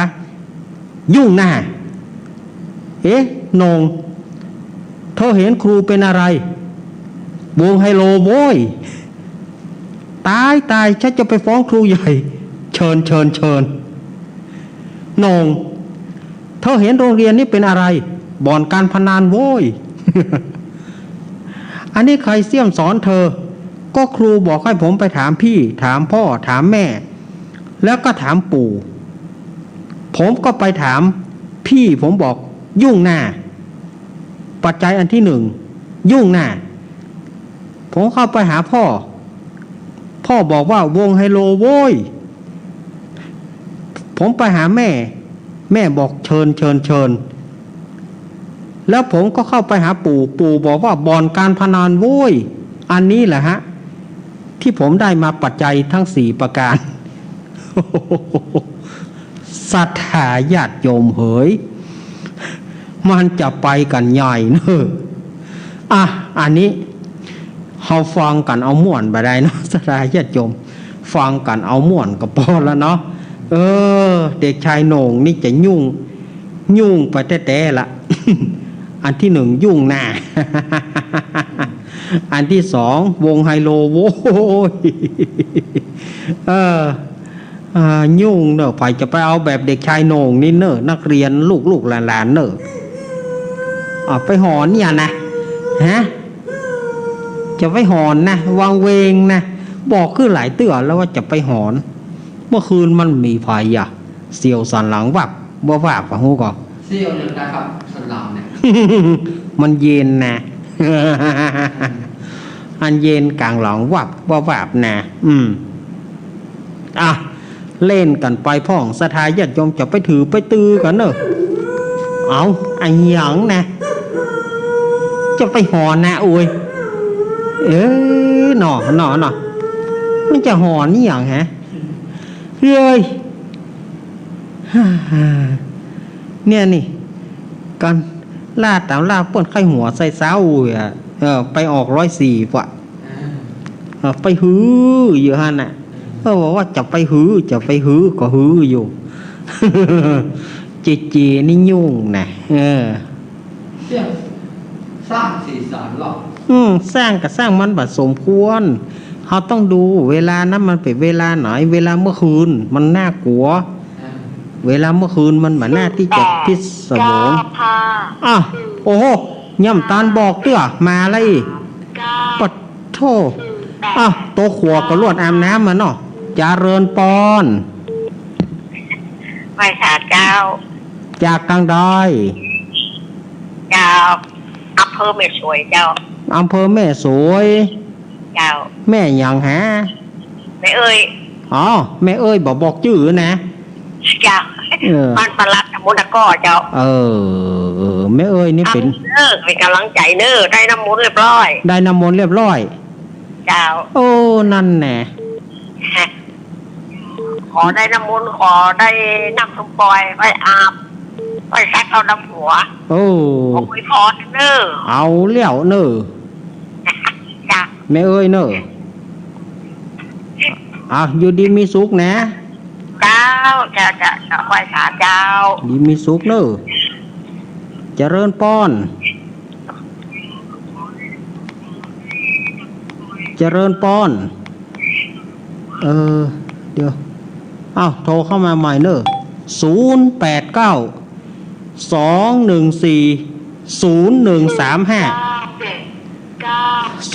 08เจริญป้อน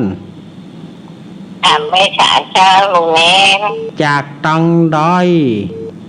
จากวังเหนือเจ้าแม่แก้วว่ามาแม่แก้วอวดร่างว่าจะได้หาแม่แก้วหาแม่แก้วได้น้ำมนต์แล้วนะได้น้ำมนต์เนาะเจ้าวันนี้เรียนลูกชายลูกเมนนี่ ฝน ฝันกำวันเนาะ เออ เออ คิดถึงงานลูกเล่น ครับ ได้จะได้ไปเอางานเนาะ เออรอให้โควิดผ่อนคลายไปแหมหน่อยเนาะ เจ้า สาธุแม่เกี้ยวเนอ จะได้ไปเอาเยอะเนาะ ครับกำลังใจแม่เกี้ยวเนอ เจ้า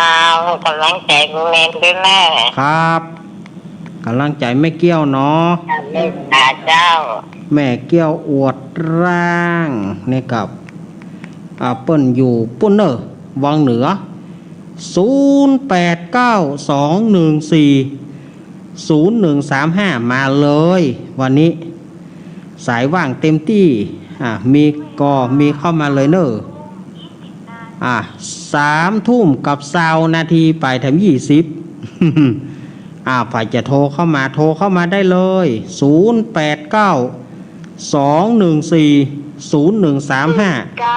993 โอ้อันนี้ลูกที่ไหนมานี่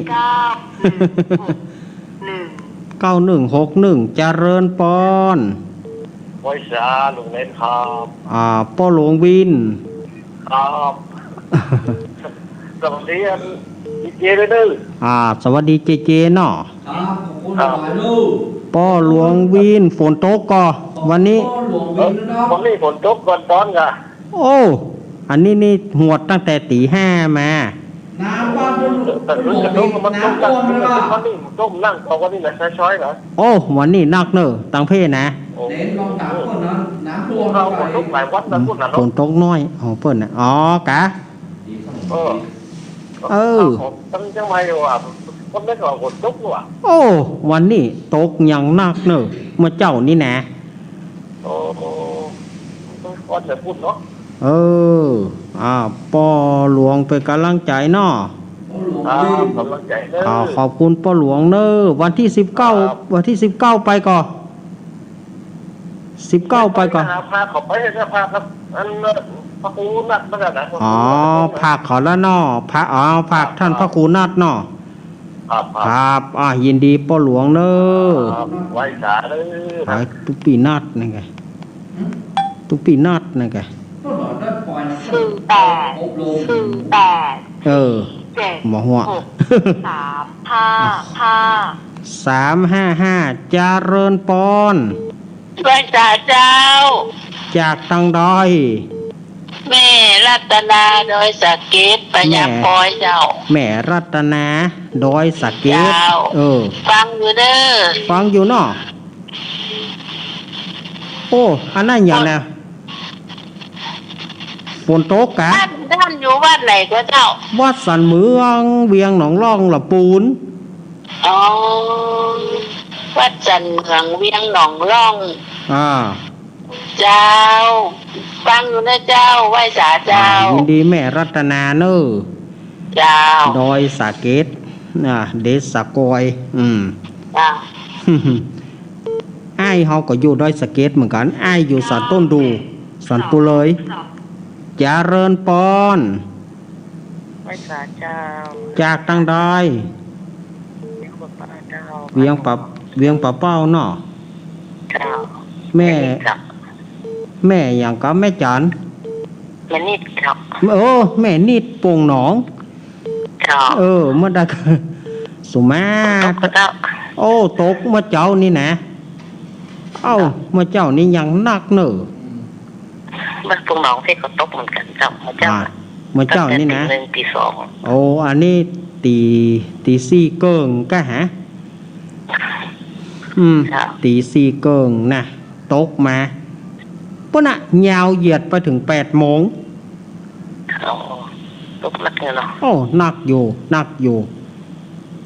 เจ้าเป็นกำลังใจนะเจ้า ยินดีแม่นิดเนอขอบคุณแม่นิดเนอแม่นิดบ้านโป่งหนอง บ้านป่อบุญธรรมให้กันเนาะอันนี้388เจริญปอน ไว้สาเจ้าบ้านต่างตะบนคุณเลี้ยงไงเจ้า แม่รุ่งแจ้งแสงทอง เจ้าฟังธรรมะเมื่อคืนนี่ชัดเจนดีเจ้า ชัดเจนเนาะ ฝนตกเลยวันนี้ฝนตกเมื่อคืนนี้ ฝนตกเมื่อคืน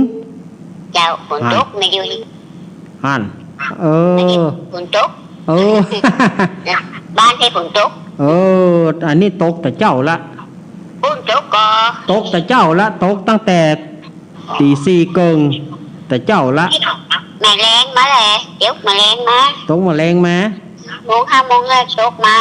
เจ้ามาอยู่เนี่ย อ๋อ ถึงบาเดียวนี่เนาะ เจ้ามาอยู่กับตกเนี่ยเดี๋ยวมา ตก เยี่ยม อยู่ เนี่ย ตกอยู่ เจ้าตกอยู่นี่ เออ ถ้ามันแดดก็เกียมตอง ตากตองไว้เห็นเออตากตองไว้ห่อขนมข้าวต้มนะ เจ้า ถ้ามันแดดก็ขจายไปเอาตองมาตากบวย เขาต้มขนมจึงมีเจ้า มี พอเรียบด้วย ๆอ๋อยินดีแม่แสงทองเนอะขอบคุณแม่แสงทองเนอะ เจ้ากำลังใจนะเจ้า กำลังใจเนาะอ้าวมาสถาญาติโยมแม่รุ่งแจ้งแสงทอง บ้านปาง คือเวียงพะเยา เจริญปอน ไหว้สาลูกเน้นเจ้า จากทางใด จากแม่สลัดจะซ่อนเพิ่ม แม่สาลาดแก่ซ่อน เจ้าโอ้พังชัดเจนดีนะ พังชัดเจน เจ้าโอ้ชัดเจนจัดเจนเจียมเรียบร้อยหมดแล้วเนาะ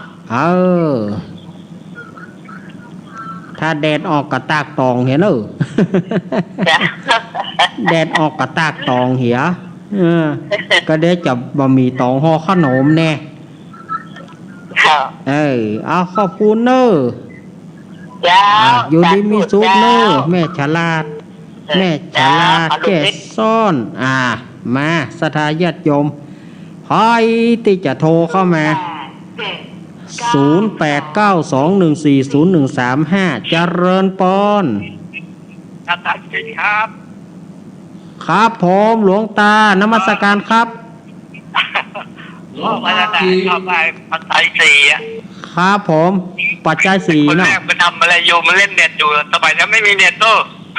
ก็เราก็แต่งเข้าไปใส่เข้าไป อย่ายุ่งมันบอกว่าอย่ายุ่งอ่ะ เนอะอันที่หนึ่งยุ่งนะ ครับ ครับผม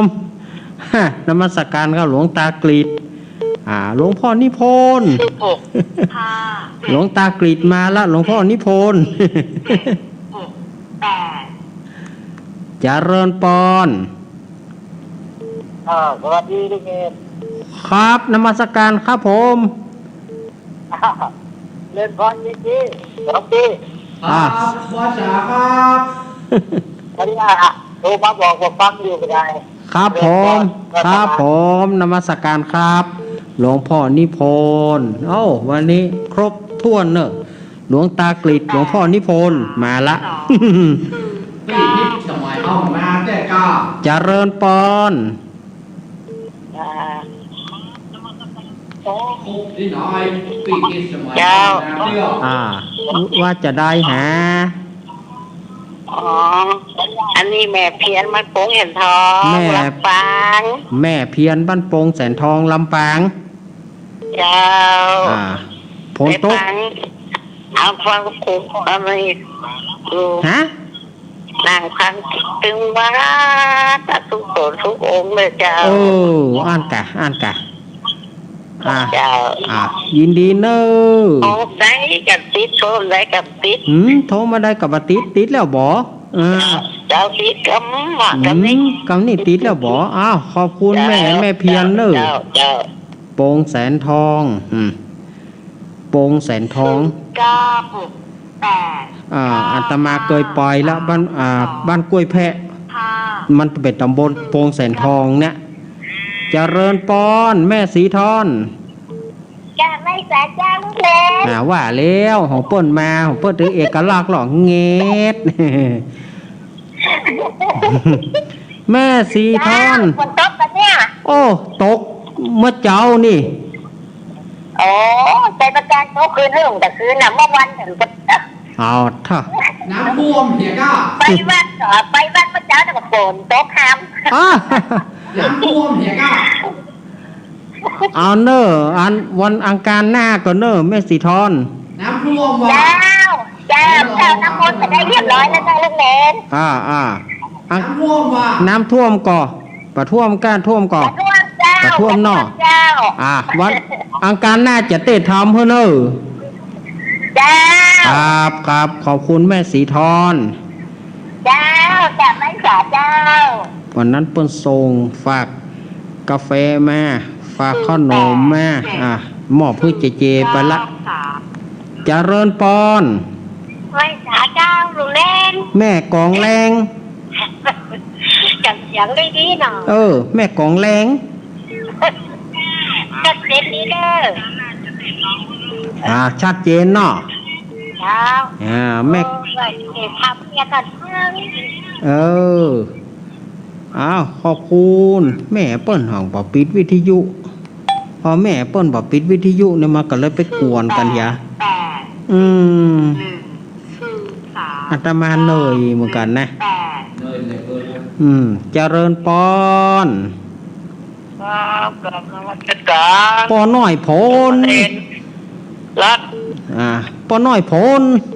ครับผม ไปจะได้หาผลโต๊ะก่อนนี่ โอ้ฝนตกตกครึ้มๆเนี่ยนะตกนักกับวันนักครับบนเห็นดินจุ่มเนี่ยเด้อวันนี้ วันข้ามเนาะมันโต๊ะเคลียร์เนาะโต๊ะเคลียร์ ครับ วันนี้กับป้อน้อยสบายดีเนาะ สบายดีครับ ครับ ฟังเสียงจัดจัดในน้ำมนต์แล้วนะครับ ในน้ำมนต์แล้วเนาะ ครับ ขอบคุณป้อน้อยเนออนุโมทนาป้อน้อยเนอป้อน้อยผลป้อน้อยผลนี่ก็ป้อนานปัญญาโทรมาพ่องเนอะป้อนานปัญญาปาเมียงนะเจริญปอน ไหว้สาเจ้า จากตังดอย เป็นอวน อุ้ยวนฟังขึ้นไหน ฮะ อุ้ยวนฟังสถานีไหน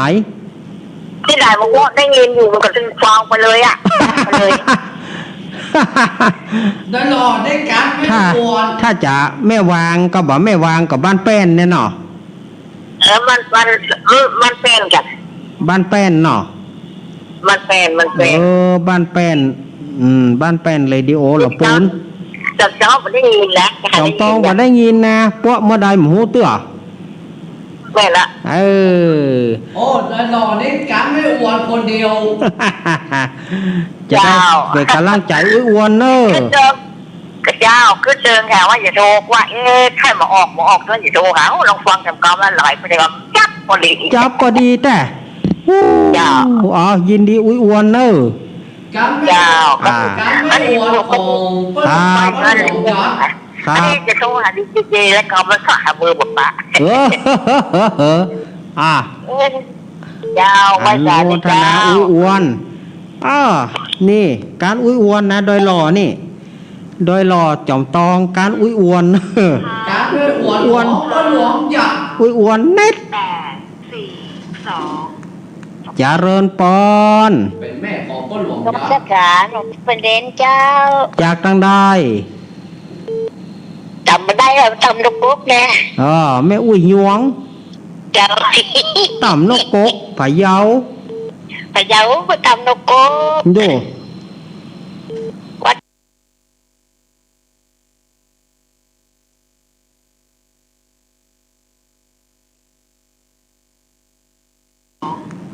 เจริญปอน เป็นแม่ของเปิ้ลหลวง นก ยัก สัก ษ์ ขาหนูเป็นเดนเจ้า จากตังได้ จำไม่ได้แล้วจำนกปุ๊บแน่ แม่อุ้ยหยวง เจ้า ต่ำนกกกผาเยา พะเยาก็จำนกปุ๊บ ดู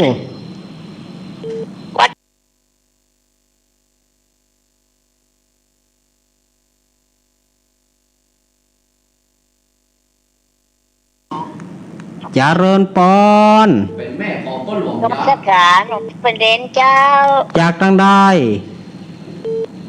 จำไม่ได้แล้วจำนกปุ๊บแน่ แม่อุ้ยหยวง เจ้า ต่ำนกกกผาเยา พะเยาก็จำนกปุ๊บ ดู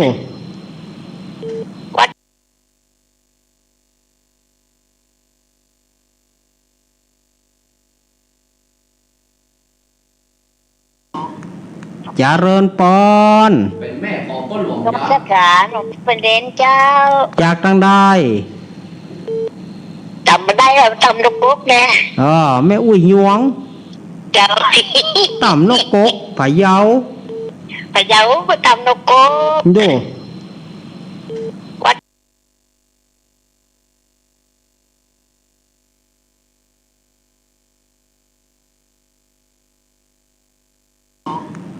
เจริญปอน เป็นแม่ของพ่อหลวง นมัสการหลวงพี่ประเด็นเจ้า จากทางใด จำไม่ได้หรอกจำลูกปุ๊กแน่ แม่อุ้ยยวง เจ้า ต่ำนกกกผาเยา พะเยาก็จำลูกปุ๊ก ดู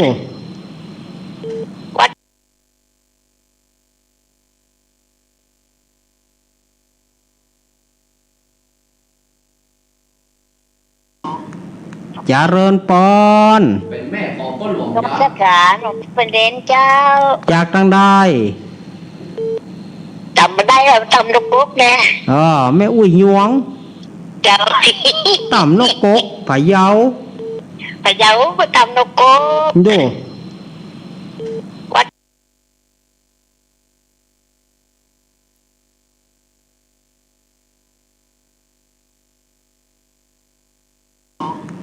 เจริญปอน เป็นแม่ของพ่อหลวง นมัสการหลวงพี่ประเด็นเจ้า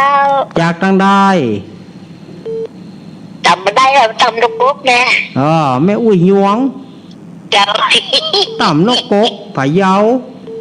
พะเยาก็จำลูกปุ๊ก ดู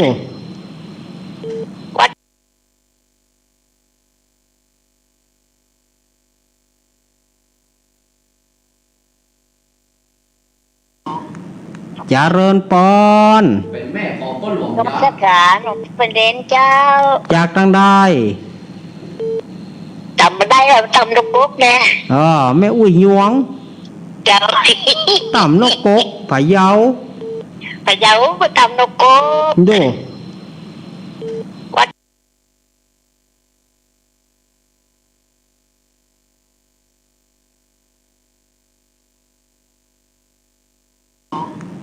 เจริญปอน เป็นแม่ของพ่อหลวง นมัสการหลวงพี่ประเด็นเจ้า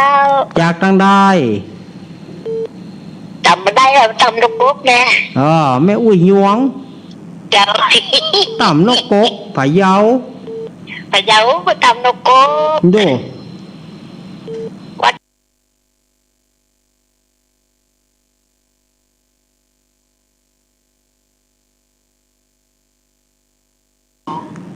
เจริญปอน เป็นแม่ของพ่อหลวง นมัสการหลวงพี่ประเด็นเจ้า จากทางใด จำไม่ได้หรอกจำลูกปุ๊กแน่ แม่อุ้ยยวง เจ้า ต่ำนกกกผาเยา พะเยาก็จำลูกปุ๊ก ดู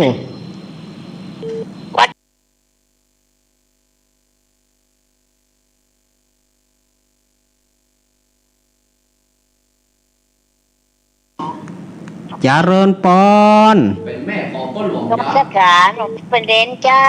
จากทางใด จำไม่ได้หรอกจำลูกปุ๊กแน่ แม่อุ้ยยวง เจ้า ต่ำนกกกผาเยา พะเยาก็จำลูกปุ๊ก ดู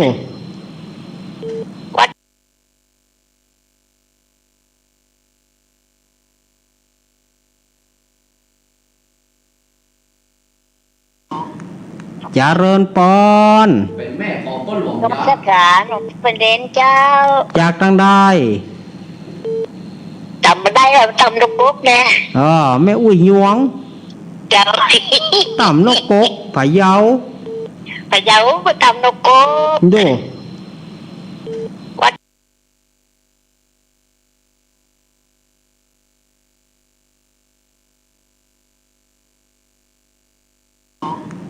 เจริญปอน เป็นแม่ของพ่อหลวง นมัสการหลวงพี่ประเด็นเจ้า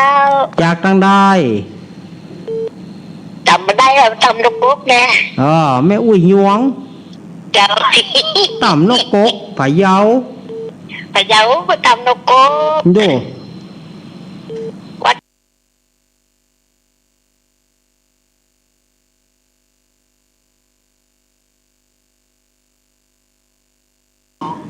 เจ เจริญปอน เป็นแม่ของพ่อหลวง นก ยา สขาหนูเป็นเดนเจ้า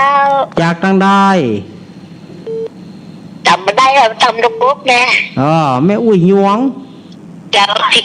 ต่ำนกกกผาเยา พะเยาไปจำนกกุ๊ก ดู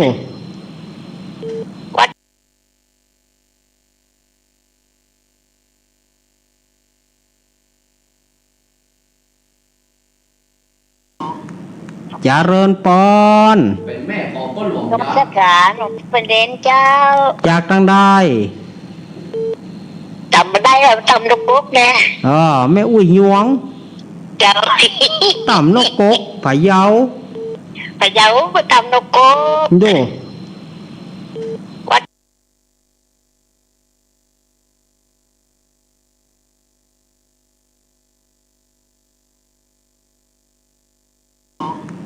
เจริญปอน เป็นแม่ของพ่อหลวง นก ยา สขาหนูเป็นเดนเจ้า จากทางใด จำไม่ได้แล้วจำนกกุ๊กเนี่ย แม่อุ้ยยวง เจ้า ต่ำนกกกผาเยา พะเยาไปจำนกกุ๊ก ดู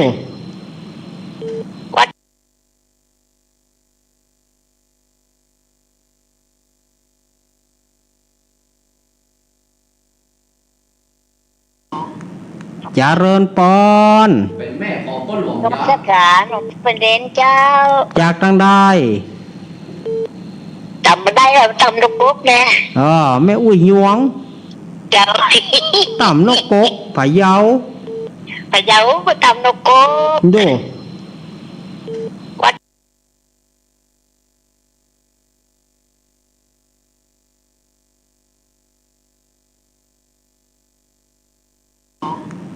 เจริญปอน เป็นแม่ของพ่อหลวง นก ยา สขาหนูเป็นเดนเจ้า จากทางใด จำไม่ได้แล้วจำนกกุ๊กเนี่ย แม่อุ้ยยวง เจ้า ต่ำนกกกผาเยา พะเยาไปจำนกกุ๊ก ดู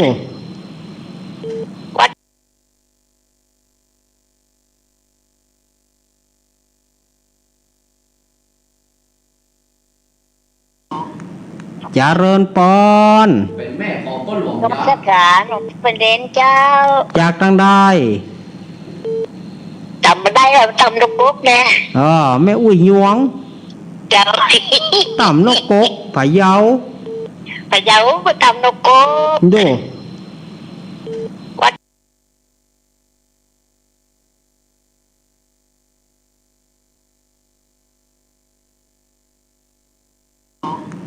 เจริญปอน เป็นแม่ของพ่อหลวง นก ยา สขาหนูเป็นเดนเจ้า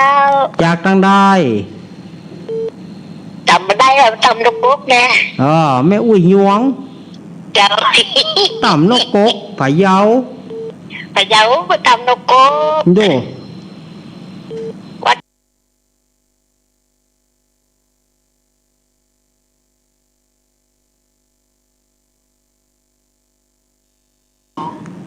เจริญปอน เป็นแม่ของพ่อหลวง นก ยา สขาหนูเป็นเดนเจ้า จากทางใด จำไม่ได้แล้วจำนกกุ๊กเนี่ย แม่อุ้ยยวง เจ้า ต่ำนกกกผาเยา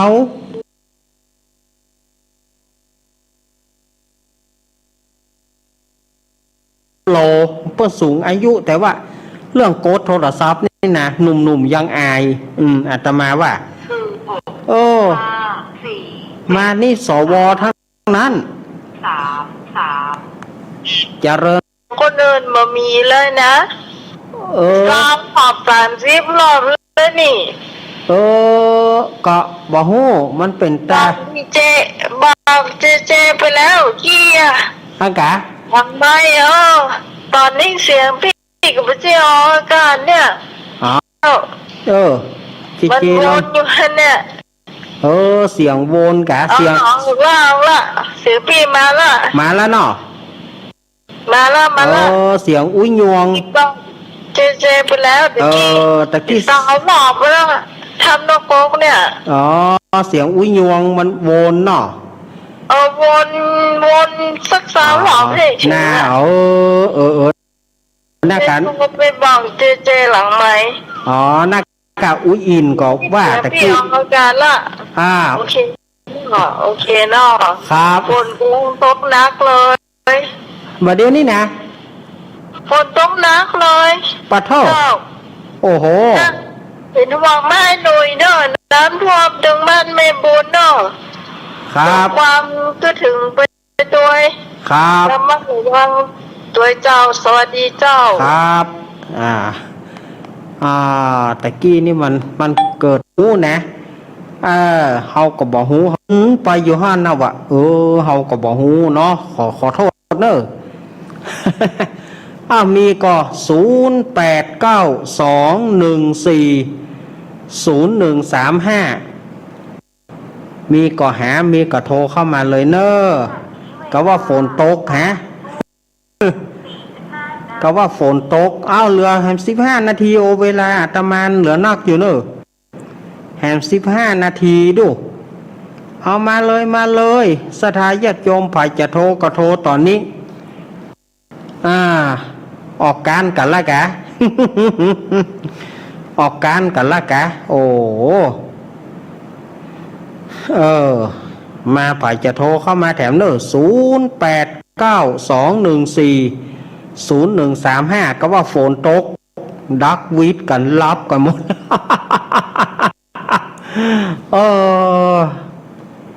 เนาะสถาญาติโยมก็ในช่วงที่รอสายอยู่ก็สถาญาติโยมก็ไปลืมเนอะ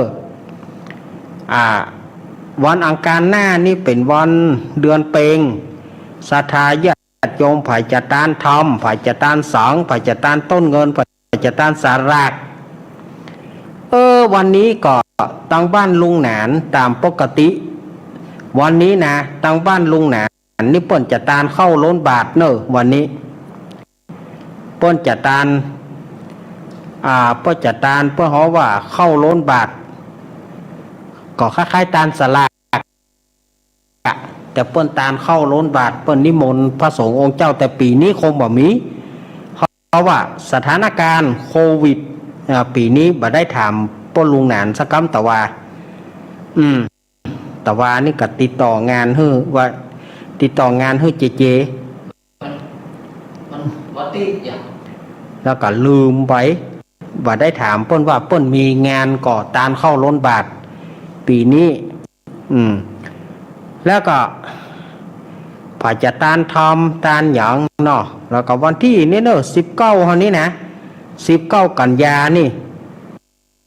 วันติดหน้านี่อันนี้กับปุณะไปปะกันที่พระธาตุ42เมืองโดยนางเกี้ยวอาตมาก็จะไปเหมือนกันวันนั้นอาตมาก็จะไปถ้ายังว่าสมมติว่าเขาไปกันวันนี้นะลำบากแน่ถ้าสมมติว่าเขาไปกันเมื่อเจ้านี่นะลงเมื่อเจ้า ดีว่าเปิ้นเลื่อนเฮาเนาะ ดีว่าเปิ้นเลื่อนเนาะก็เปิ้นเลื่อนเฮานี่ถ้าไปคำฝนกันโลๆแล้วไปเมื่อเจ้านี่ มีก็หา0892140135โอ้ดักวีดกันหมดแล้วไม่มีละกะมีละกะสถาญาติโยมก็อาจจะตานทำโพธทำมหาวิบากทำอานิสงส์ญาติกุลอานิสงส์ตานหาคนมหามุลนิปานสูตรเตวตุตัง5กล่อมวาจาเนี่ยฝ่ายจะตานหาญาติพี่น้องนี่นะเจ้าบัตรตานทอมอีแม่บัตรตานทอมอีแม่จะตานสังฆทานก่อได้อีแม่จะตานไปขันเข้าก่อได้ได้ทั้งนั้นทยอยกับไปตานเอาเนอะทยอยกันไปอย่างว่าวัดผายวัดมันก็เริ่มทยอยกันตานบ่ต้องไปรอวันนั้นละรอวันนั้นมันน้ำนองน้ำนองมันกินบัดเสี่ยงตุเจ้าพระนายก็ชอนบัดตานนอตุเจ้าพระนายก็ชอนบัดตาน เขาก็ทยอ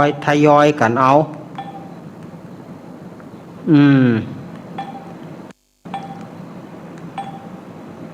ทยอยกั